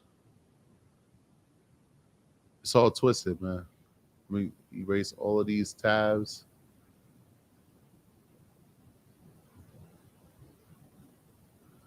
Close all these tabs out. Which one he's watching? It's the MSNBC one, right? Close all of that. Close all of that out. And still, it is what it is. This is crazy. Well, I mean, we heard their timeline. I tried to let you hear it from the horse's mouth, but it's acting up. It's acting a fool. Was propped open by a teacher. And I'm trying to get it, like, for me to prioritize it. Info. But, like, my whole network is, like, slow right now, which I don't really understand why it's doing this. But, like, everything is super slow. And I'm, like, trying to troubleshoot this while I speak to you guys, which is a pain in the ass in itself. But Let's go here. Points, devices, prioritize device. I don't know what the problem is. We're not going to be here screwing around with this all freaking day. So we might just have to call it a day. You know. So for the sake of you guys, I'm gonna give it one last try. Or what I could try and do is play the audio on my phone. Maybe we could rock it out that way. But I can't screw around with this shit forever. Let me close out the whole tab. Let me try and open it up on a different I'm gonna use a different browser. I'm gonna use Internet Explorer. I was using Chrome, which is what I usually use. And let's see if we can do a better job here on Chrome. Let's go to history over here.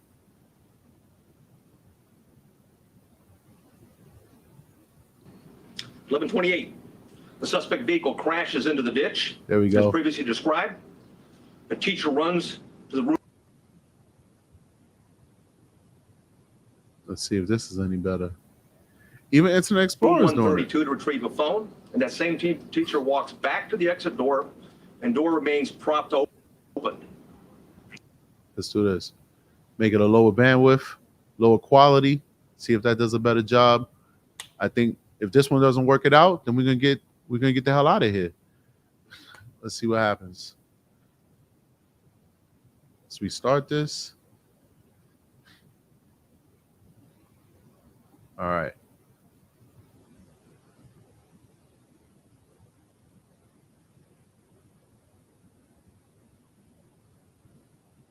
It just might be my network. That, you know, I think one thing that I know I have to do is I have to upgrade this internet connection. This internet connection is trash. It really, really is. And I think a lot of it is because we having a storm. It's a bad thunderstorm outside, and a lot of different people are using the internet. And because with the cable internet, you're sharing bandwidth, this is a problem. We're now on a second browser. We got Ms. Brown in the building. What up? Aki's in the building as well. So we might just have to end this while we at it, because I'm not gonna sit here and do this all goddamn day. This is crazy.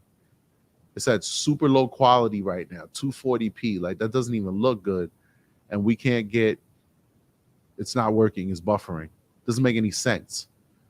And then when you look it down here at the scroll wheel, you see how much video it's buffered already. It's like it should be playing. There's no reason why it should not be playing.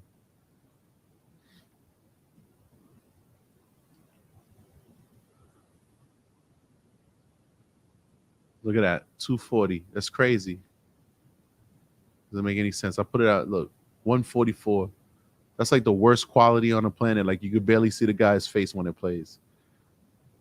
And we still got the same issue. My whole goal was just to finish out the show, hearing it from their words. That was the goal. Finish out the show, hearing it from their words. We've said everything that needs to be said. We broke it down already. So if we have to end the show now, we end the show now. But the whole point was to finish out the show, hearing it from their words. 11:28. The suspect vehicle crashes into the ditch, as previously described. A teacher runs to the room 132 to retrieve a phone, and that same teacher walks back to the exit door, and door remains propped open.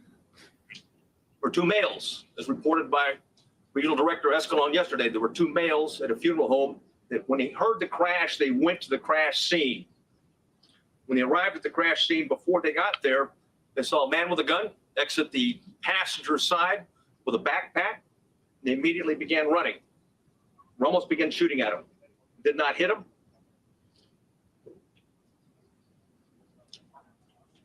One of the males fell when he was running.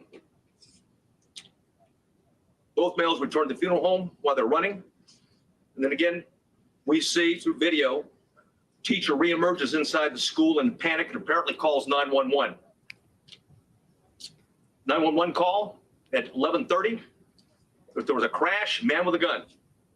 11:31, the suspect reaches last row of vehicles in the school parking lot. 11:31, the suspect shooting began at the school. while patrol vehicles got to the funeral home. I'll point out where it is.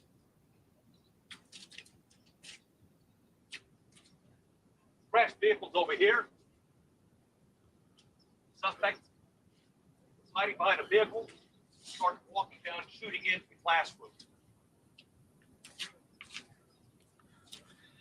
There was discussion early on that an ISD, consolidated ISD for Uvalde, had officer, was a resource officer and had confronted the subject. That did not happen, as R.D. Escalone talked about yesterday. It was certainly stated in preliminary interviews, but often these preliminary interviews and a cursory walkthrough doesn't reveal the type of information, and certainly, police officers, like anyone else, under stress, sometimes witnesses get it wrong. But the bottom line is that officer was not on scene, not on campus, but had heard the 911 call with a man with a gun, drove immediately to the area, sped to what he thought was the man with a gun, to the back of the school, what turned out to be a teacher and not the suspect. In doing so, he drove right by the suspect, who was hunkered down behind a vehicle, where he began shooting at the school.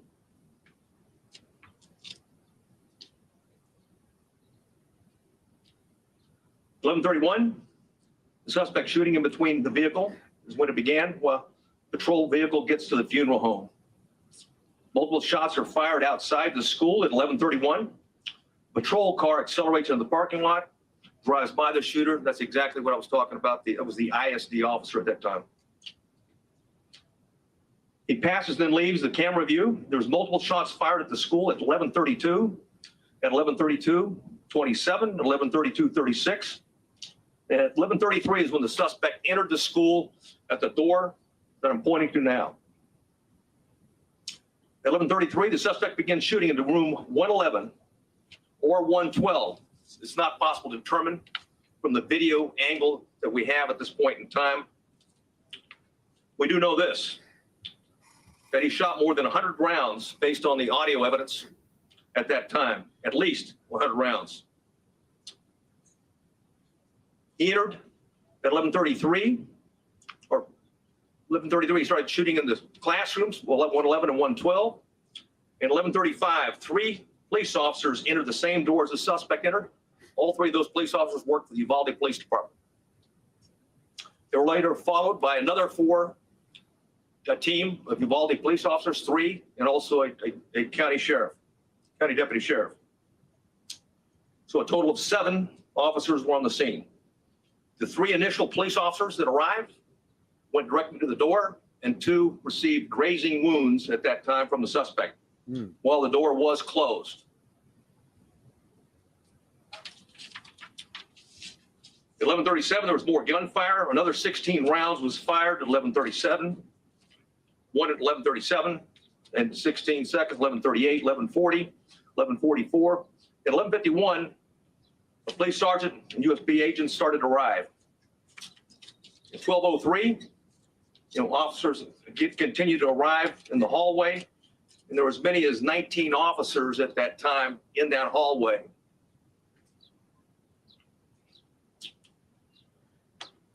At 12:15, we know that BORTAC members arrived. Not the entire BORTAC, but members of BORTAC, along with Shields. At 12:21, the suspect fired again, was believed to be at the door. At 11:21, law enforcement moved down the hallway. At 11:50, they breached the door using keys that they're able to get from the janitor, because both doors were locked. Both of the classrooms that he shot into were locked when officers arrived. They killed the suspect at that time. And now I'd like to go over the 911 timeline.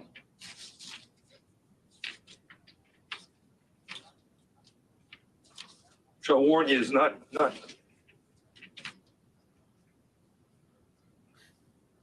It's better that I read it than you listen to it.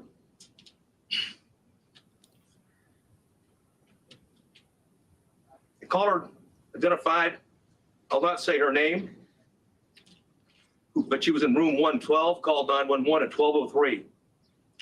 The duration of the call was 1 minute and 23 seconds. She identified herself and whispered she's in room 112.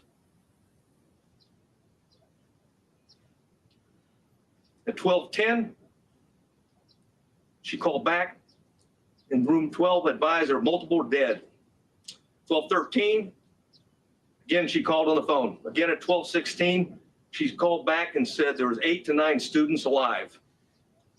At 12:19, a 911 call was made, and another person in room 111 called. I will not say her name. She hung up when another student told her to hang up.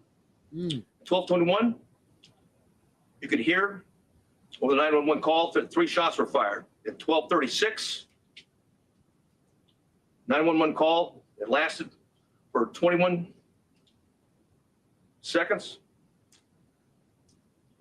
The initial caller called back, student, child, called back, was told to stay on the line and be very quiet. She told 911 that he shot the door. At approximately 12:43 and 12:47, she asked 911 to please send the police now. Lordy.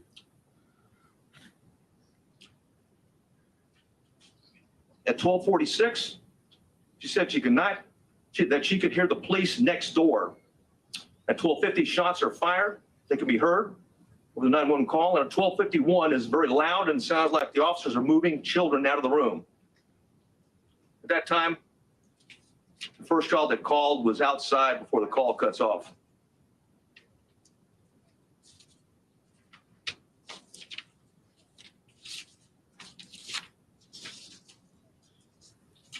Additional information that we have is that there are 58 total magazines at the school related to the crime scene. 11 of those magazines were inside the school. 3 were on the suspect's body.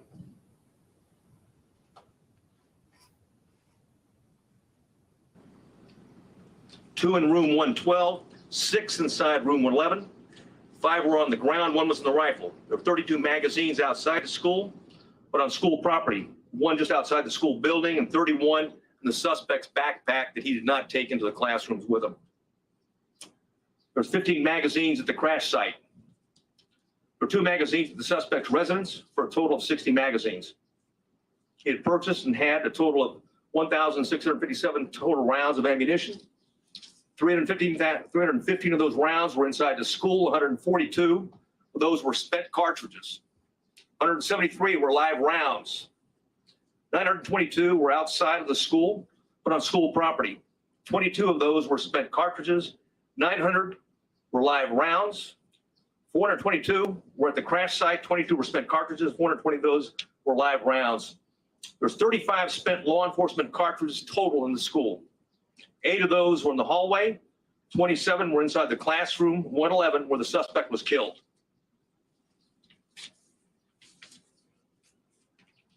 I mentioned that I was going to go over quickly my digital timeline.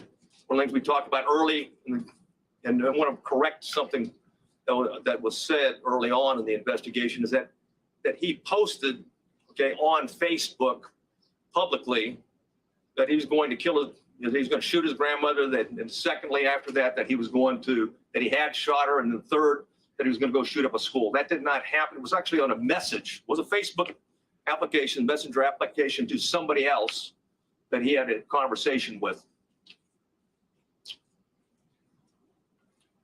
We know that through his digital media footprint, and I'll just do it by date time.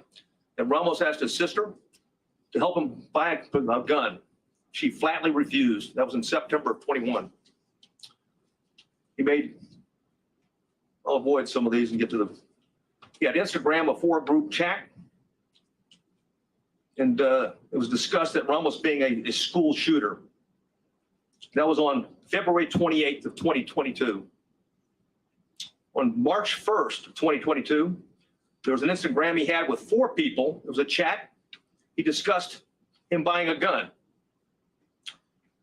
On March 3rd, 2022, there's another 4-person chat. Quotations, word on the street is you are buying a gun.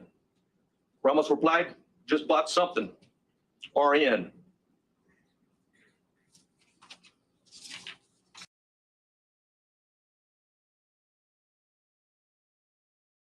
I'm not gonna lie to you. I've been multitasking. I'm not gonna lie to you.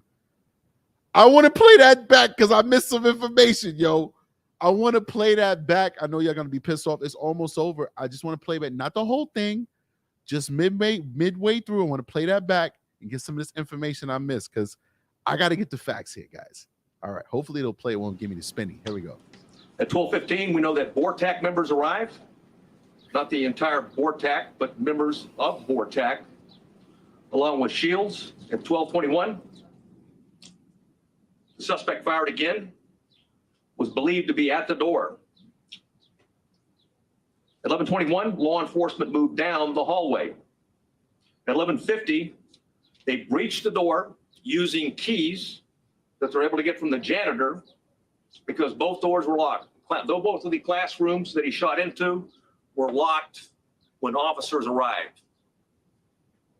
They killed the suspect at that time. And now I'd like to go over the 911 timeline.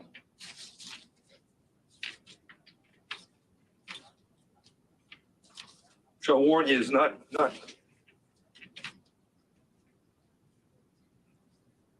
It's better that I read it than you listen to it.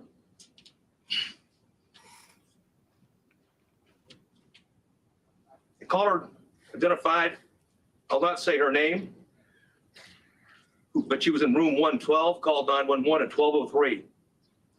The duration of the call was 1 minute and 23 seconds. She identified herself and whispered she's in room 112. At 12:10, she called back in room 12, advised there were multiple dead. 12:13, again, she called on the phone. Again, at 12:16, she called back and said there was 8 to 9 students alive. At 12:19, the 911 call was made, and another person in room 111 called. I will not say her name. She hung up when another student told her to hang up. 12:21, you could hear over the 911 call that 3 shots were fired. At 12:36, 911. So Band Garcia 7Z says, why couldn't you just shoot open the door? Some of these schools have these solid metal doors. They're for like fire purposes and for active shooters, for intruders, for barricading in. I've seen some schools that have like these giant vault-like locking doors. I was like, that's weird. That's overkill. But they installed it, and that's what they felt they needed to keep their kids safe. It may not have been advantageous for them to shoot open the door because it may not have worked. But to say that you're waiting for all of these things is just, it's so sad. Like we're waiting for the SWAT team to come, and then we have to go find the keys in the janitor's room and all this. It's just too much, man. Just go through the windows, shoot through the window, kick down a door. Like, this is not a bank vault. This is just a school. And I'm pretty sure this small town that's most likely poor, it seemed like a very working class Latino community. It's not exactly the demographics in America of a very affluent community. No disrespect. The same thing could be said if it was African Americans. The demographics will most likely not make that particular community, style of community, a high income community. So most likely that school is not high tech and heavily barricaded. It certainly would have helped if they would have closed the door. Maybe the shooter would have said, oh, plan B, I got to go somewhere else because, I can't get into the school. And the longer I stay out here trying to kick this door, the cops will come and engage me on the outside. We hope. But they make it sound like bank doors is what was sealing this shooter into this classroom, and I don't buy it. I don't believe it, and I don't buy it. But let's keep going. One call that lasted for 21 seconds. The initial caller called back, student, child, called back, was told to stay on the line and be very quiet. She told 911 that he shot the door. At approximately 12:43 and 12:47, she asked 911 to please send the police now.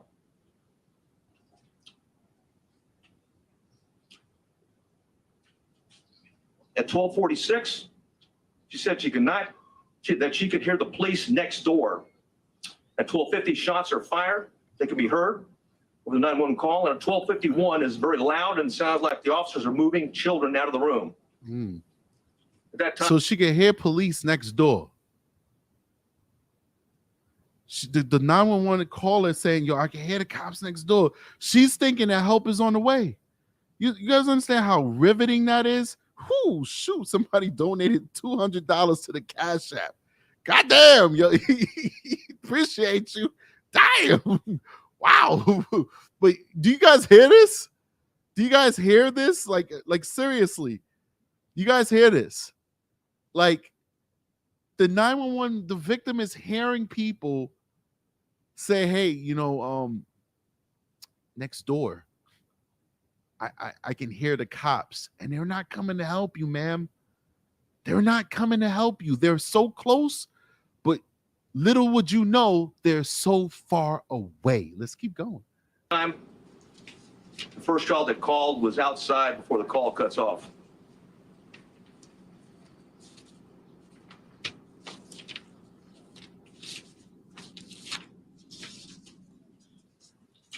Additional information that we have is that there are 58 total magazines at the school related to the crime scene. 11 of those magazines were inside the school. 3 were on the suspect's body. 2 in room 112, 6 inside room 111. 5 were on the ground, 1 was in the rifle. There were 32 magazines outside the school, but on school property. 1 just outside the school building, and 31 in the suspect's backpack that he did not take into the classrooms with him. There's 15 magazines at the crash site. There were 2 magazines at the suspect's residence for a total of 60 magazines. He had purchased and had a total of 1,657 total rounds of ammunition. 315 of those rounds were inside the school. 142 of those were spent cartridges. 173 were live rounds. 922 were outside of the school, but on school property. 22 of those were spent cartridges. 900 were live rounds. 422 were at the crash site. 22 were spent cartridges. 420 of those were live rounds. There's 35 spent law enforcement cartridges total in the school. 8 of those were in the hallway. 27 were inside the classroom. 111 where the suspect was killed.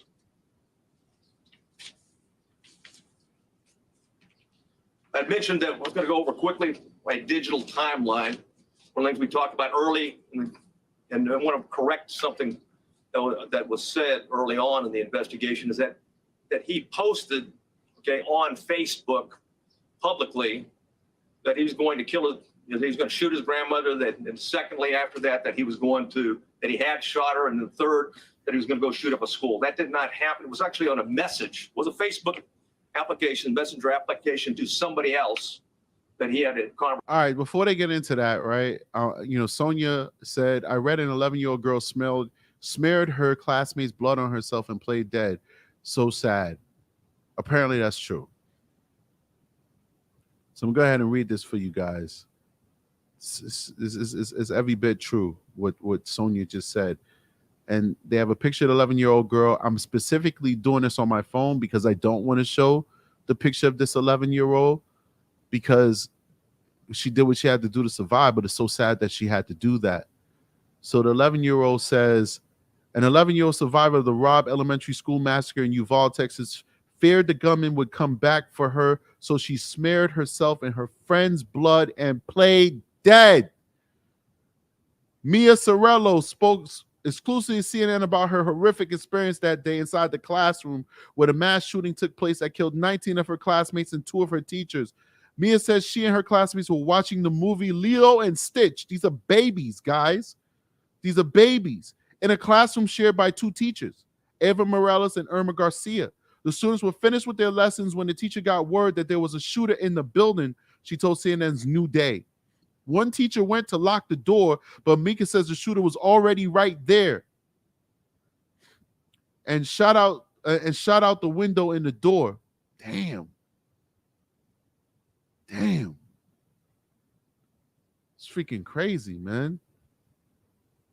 She described it all happening so fast. Her teacher backed into the classroom and the gunman followed. She told CNN he made eye contact with one of the teachers, said good night, and then shot her.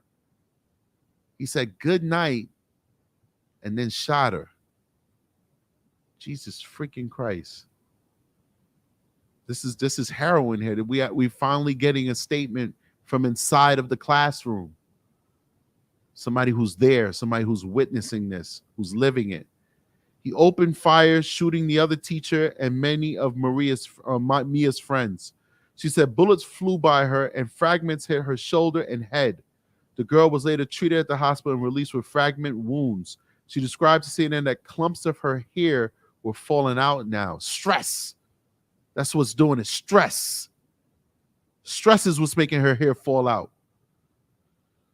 Mia said after shooting students in her class, the gunman went through a door into an adjoining classroom. She heard screams and the sound of shots in that classroom. After the shots stopped, though, she says the shooter started playing loud music, sad music, she said. There's got to be something more we could do. Like we got to deface his body.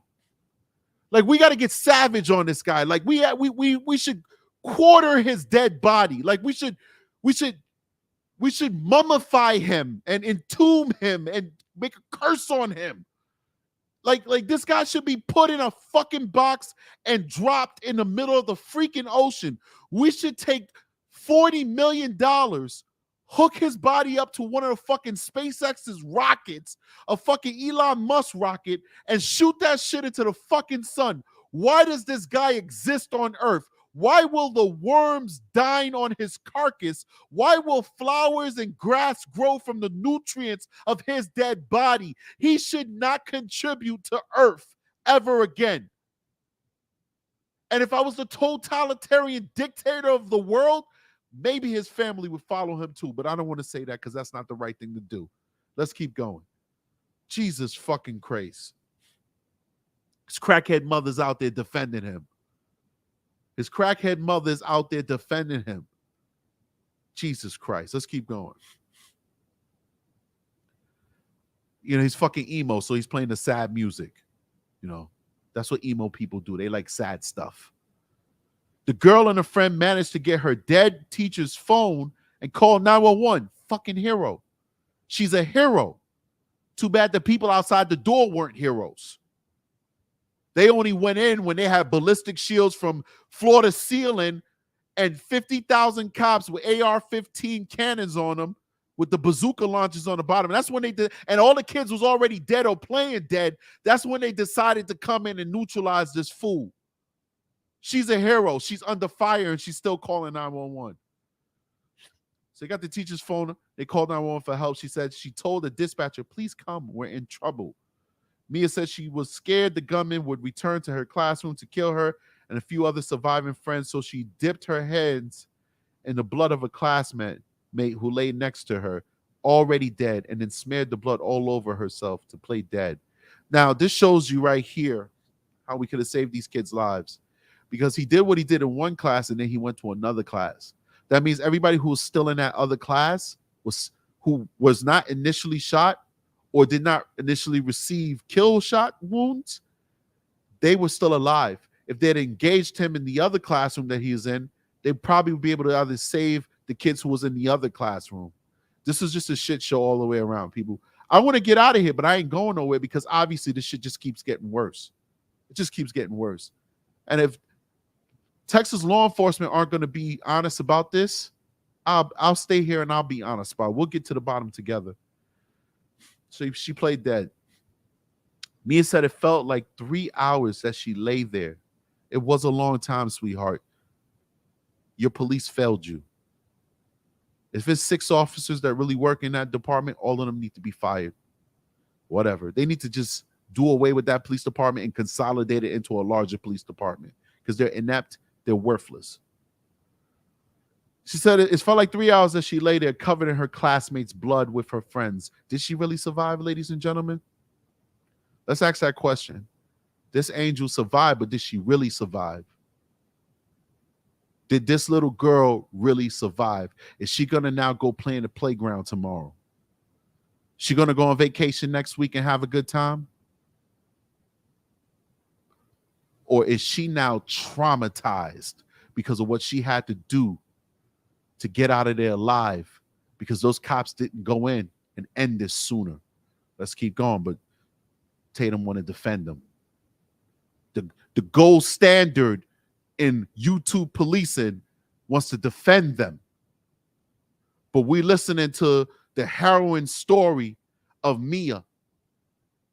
We listening to the chief of public safety of Texas, the second or the first largest state in America, saying that they got it wrong and they did it wrong. We supposed to listen to the YouTubers. You ain't got to listen to me. I'm just telling you the facts. But the people who's giving their opinions is telling you back the cops on this one. I'm going to go with what Texas head of security is saying. Because they ain't policing out there. They just security. Security run when shit get crazy. Police go in and finish the fight. I'm going to listen to him and I'm going to listen to Mia. Because that seems to be where the truth lie. Not in YouTubers who want to defend motherfuckers because they want to get super chats. Let's keep going. Mia's mother said her daughter is traumatized. Oh, here we go. No. She said afterwards she overheard talk of police waiting outside the school. As she recounted this part of the story, CNN, she started crying, saying she just didn't understand why they didn't come inside and rescue them. Will she ever trust police again? Will she ever trust the police again? In an era where people hate cops just for existing, will she ever trust the police again? I don't think so. And maybe she doesn't. Maybe we don't deserve her trust because we failed her. And I'll be the first one to tell you that. Mia's mother said her daughter is traumatized and can't sleep. The child's parents have started a GoFundMe specifically to pay for her therapy. Now, if ever there was a GoFundMe you're supposed to give to this one.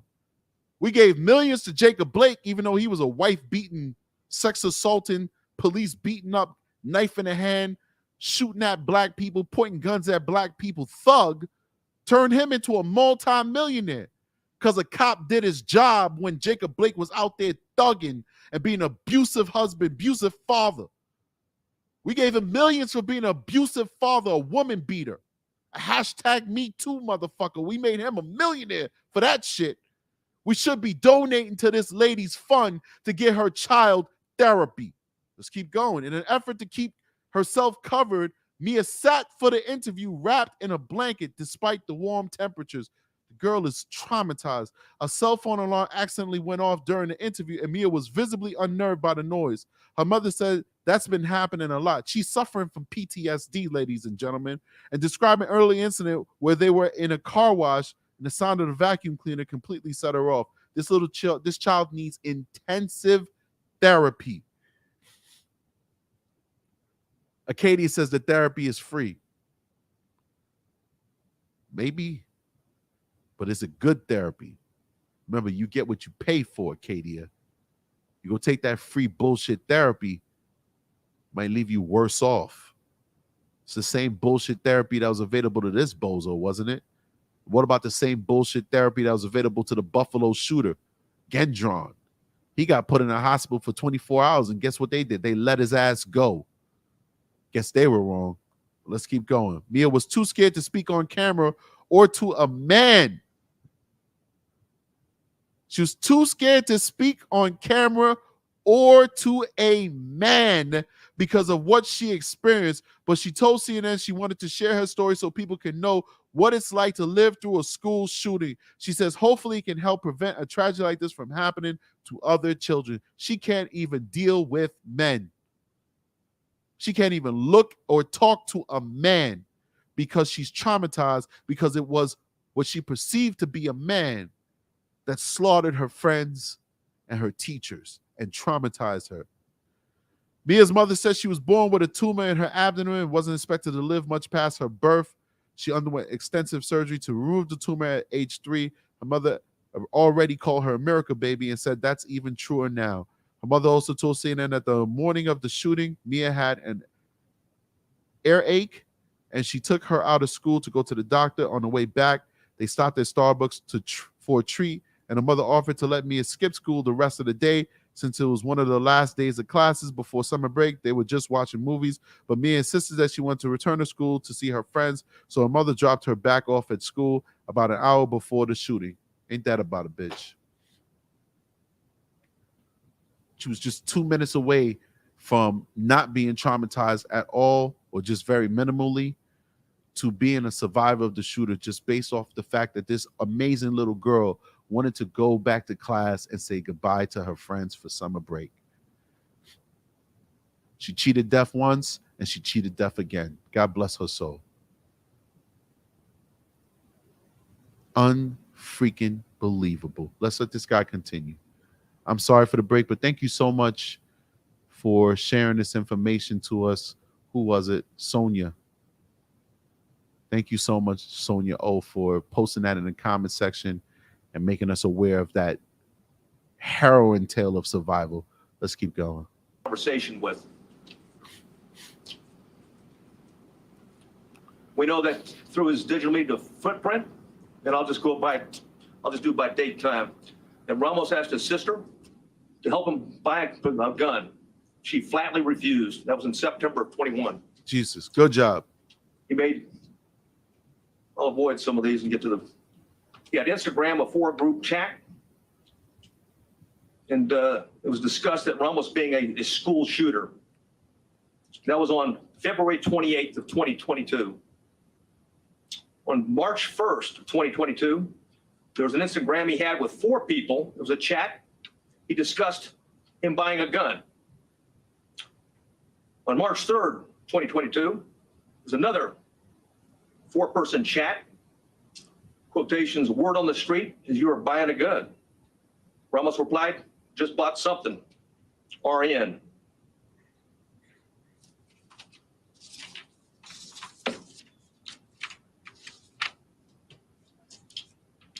On March 14th, and there's an Instagram posting by the subject, in quotations, 10 more days.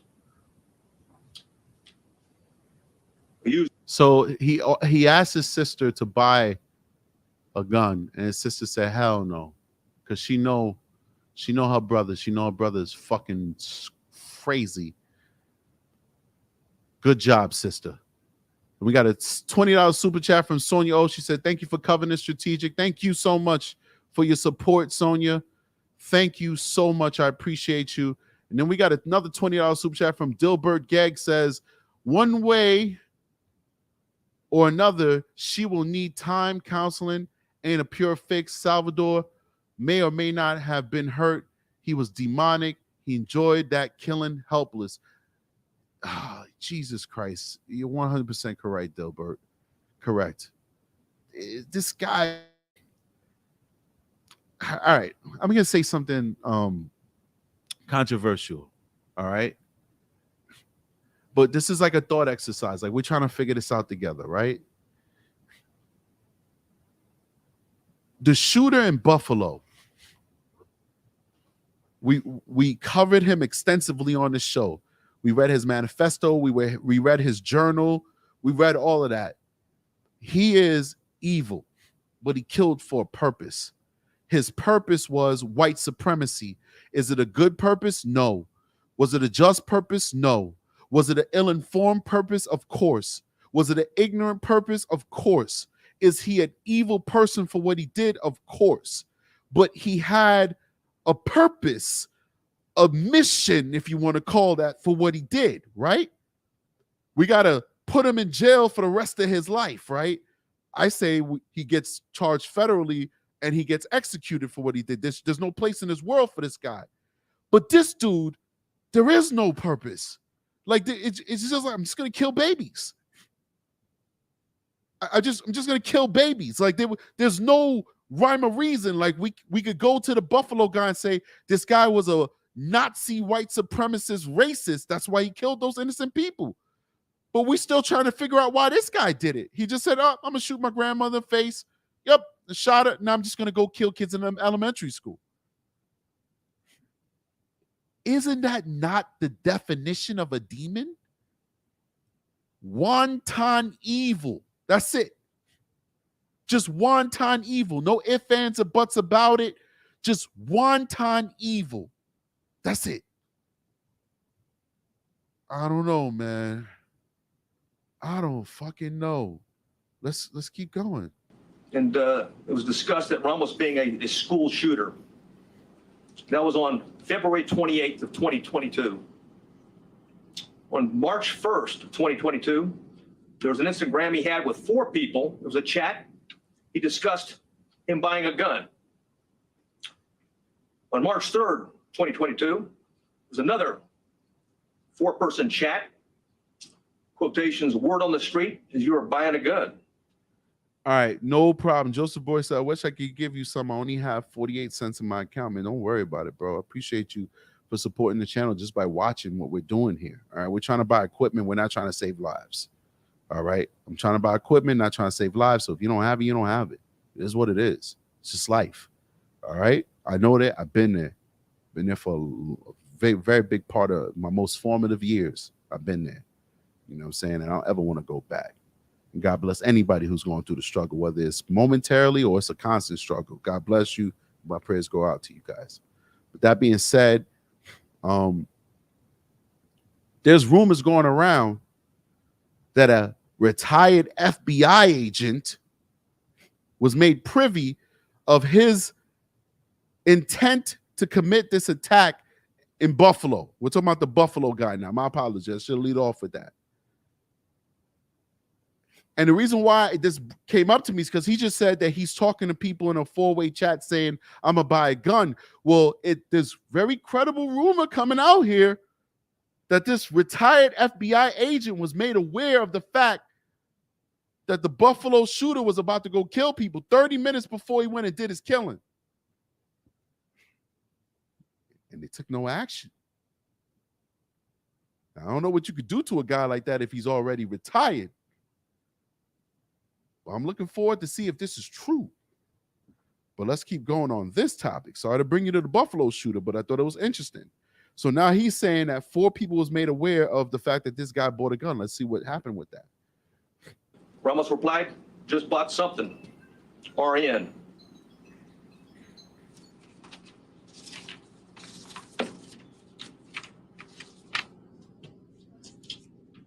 On March 14th, and there's an Instagram posting by the subject, in quotations, 10 more days. The user replied, are you going to shoot up school or something? The subject replied, no, and stop asking dumb questions and you'll see.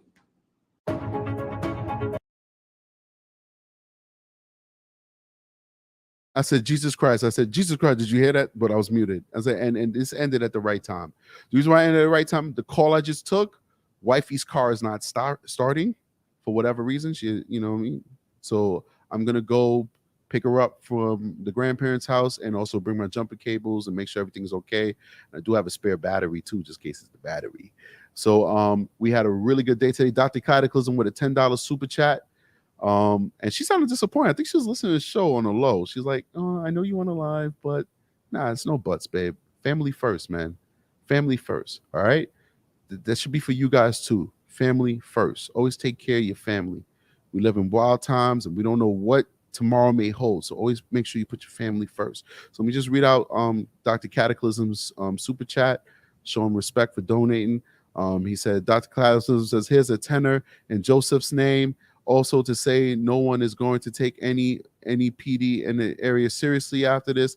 How are you going to issue a speeding ticket and fail at protecting babies? Absolutely. So first of all, big shout out to Dr. Cataclysm for showing love to my man Joseph Boyer. I'm sure Joseph Boyer is very happy for you showing that love, man. You are the man. And shit, you're right. How can you go out there and enforce the law if you couldn't even protect these citizens' babies? We had a really good day today. Got a lot of super chats. Stevie Marley did say that he was going to double cash apps. He didn't say super chats. I don't know if he changed his mind about that. But cash apps, we got $205 in cash apps so far. One person said that they were going to commit $100. They didn't commit that yet. So if they commit that $100, that'll be $305 that were donated via super chat. And I mean by Cash App, and that's awesome. But right now, at the moment, we have $205 donated super chat. So if Stevie Marley matches that, you do the math. We did pretty good today, and I'm gonna use that money to go ahead and purchase some of this equipment that I need to get, and that's pretty awesome, man. So, yo, I love you guys. You guys are amazing. You guys are great, and this was a heart-wrenching live.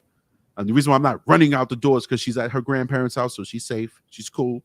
But I am going to be leaving in the next, 2 minutes. Just want to end the show right with you guys. So I just want to say you guys are amazing. You guys are awesome. And I know you guys are suffering. And there's a lot of anger. We talk about polarizing issues, but this is real anger. This is not political divisive anger. This is citizens recognizing that they were failed, right? You guys know you were failed.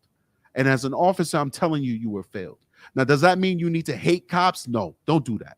Does that mean that all cops out there are cowards? You calling me a coward?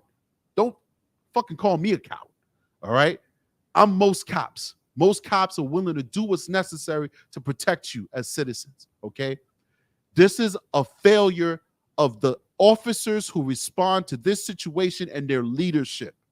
That's what this is a failure of. This is a failure of the Uvalde police, Robb Elementary School police response to an active shooter. There are tons of other active shooter situations that ended correct. Guess what? What happened in Buffalo was good policing.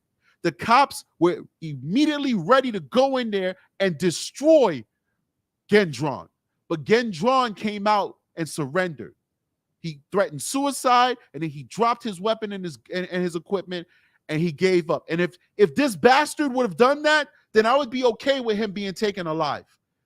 If he'd throw his gun out the window and walk out, like, okay, but that's not what he did. Those cops should have went in there and stopped this. And I will say this one last time. Anybody on YouTube that tells you something different is a liar. Stevie Marley said, my $500 has been sent. Jesus Christ, Stevie. You are the man. You are the mother effing man. So we did real good today. But like I said, anybody on YouTube who tells you differently is a liar. Don't believe them. So that being said, guys, I love you guys immensely. Thanks for all the extra people that I've seen in this room I haven't seen before. Make sure everybody has liked and subscribed. Make sure everybody is sharing this on your social media, sharing it with your friends and family. Make sure that you are being a part of this movement. I'm pretty sure you don't get this kind of commentary all over YouTube. This is raw and this is real. There's no director out there saying, bring it down a little bit. We got to worry about the algorithm and all that bullshit. We don't worry about algorithms. We don't worry about nothing. We worry about the truth here. We worry about the truth here. If you want that, you help this channel grow. Because I guarantee you one thing. I will never, ever, ever allow YouTube money, sponsors, super chatters, subscribers, members sway how I think and what I feel. I am Strategic Eyes, and I will be Strategic Eyes until the day I die. I will die with honor and integrity. You can't take money to the grave. And I made something out of myself. I came from the bowels of the hood to middle class, and I did that with me and my loved ones, not YouTube. And I will do that the moment I unplug off of YouTube. So YouTube will never make me something that I'm not. I am who I am, and I will continue to be that person forever. And you can't say that about these other YouTubers. They say what they say for the money. That's it. They say what they say for the money. And Strategic Eyes will never sell out. I will call a spade when I see it. And as long as I have amazing subscribers like you guys with my back going on this journey with me, there's nothing else I need. I will take my 6,000, 5,000 subscribers for the next 20 years and be happy with it. I'd rather have 6,000 real people than 100,000 fake people telling me I'm right when they know I'm wrong. And I think I'll leave it on that note. Stevie Marley, you are the man. We appreciate you immensely. Thank you so much for helping out this show. There's nothing else I can say, man. You know, we speak behind the scenes. Everybody else, if you want to speak to me behind the scenes, join the Discord. I'm not charging you to talk to me. Join the motherfucking Discord, and you could talk to Strategic Eyes whenever you fucking feel like it. It's fucking weird. You go to these other channels and they want you to pay them $10,000 just to say hi to them. All you got to do is log into the Discord for free. You can say hi to me right now. So anyway, I'll see you guys later. Let me go be the hero, save the day, and go help mommy. Maybe she'll be nice to me tonight. I'm your hero, baby. Okay, I'm getting weird. Strategic is out of here. Peace.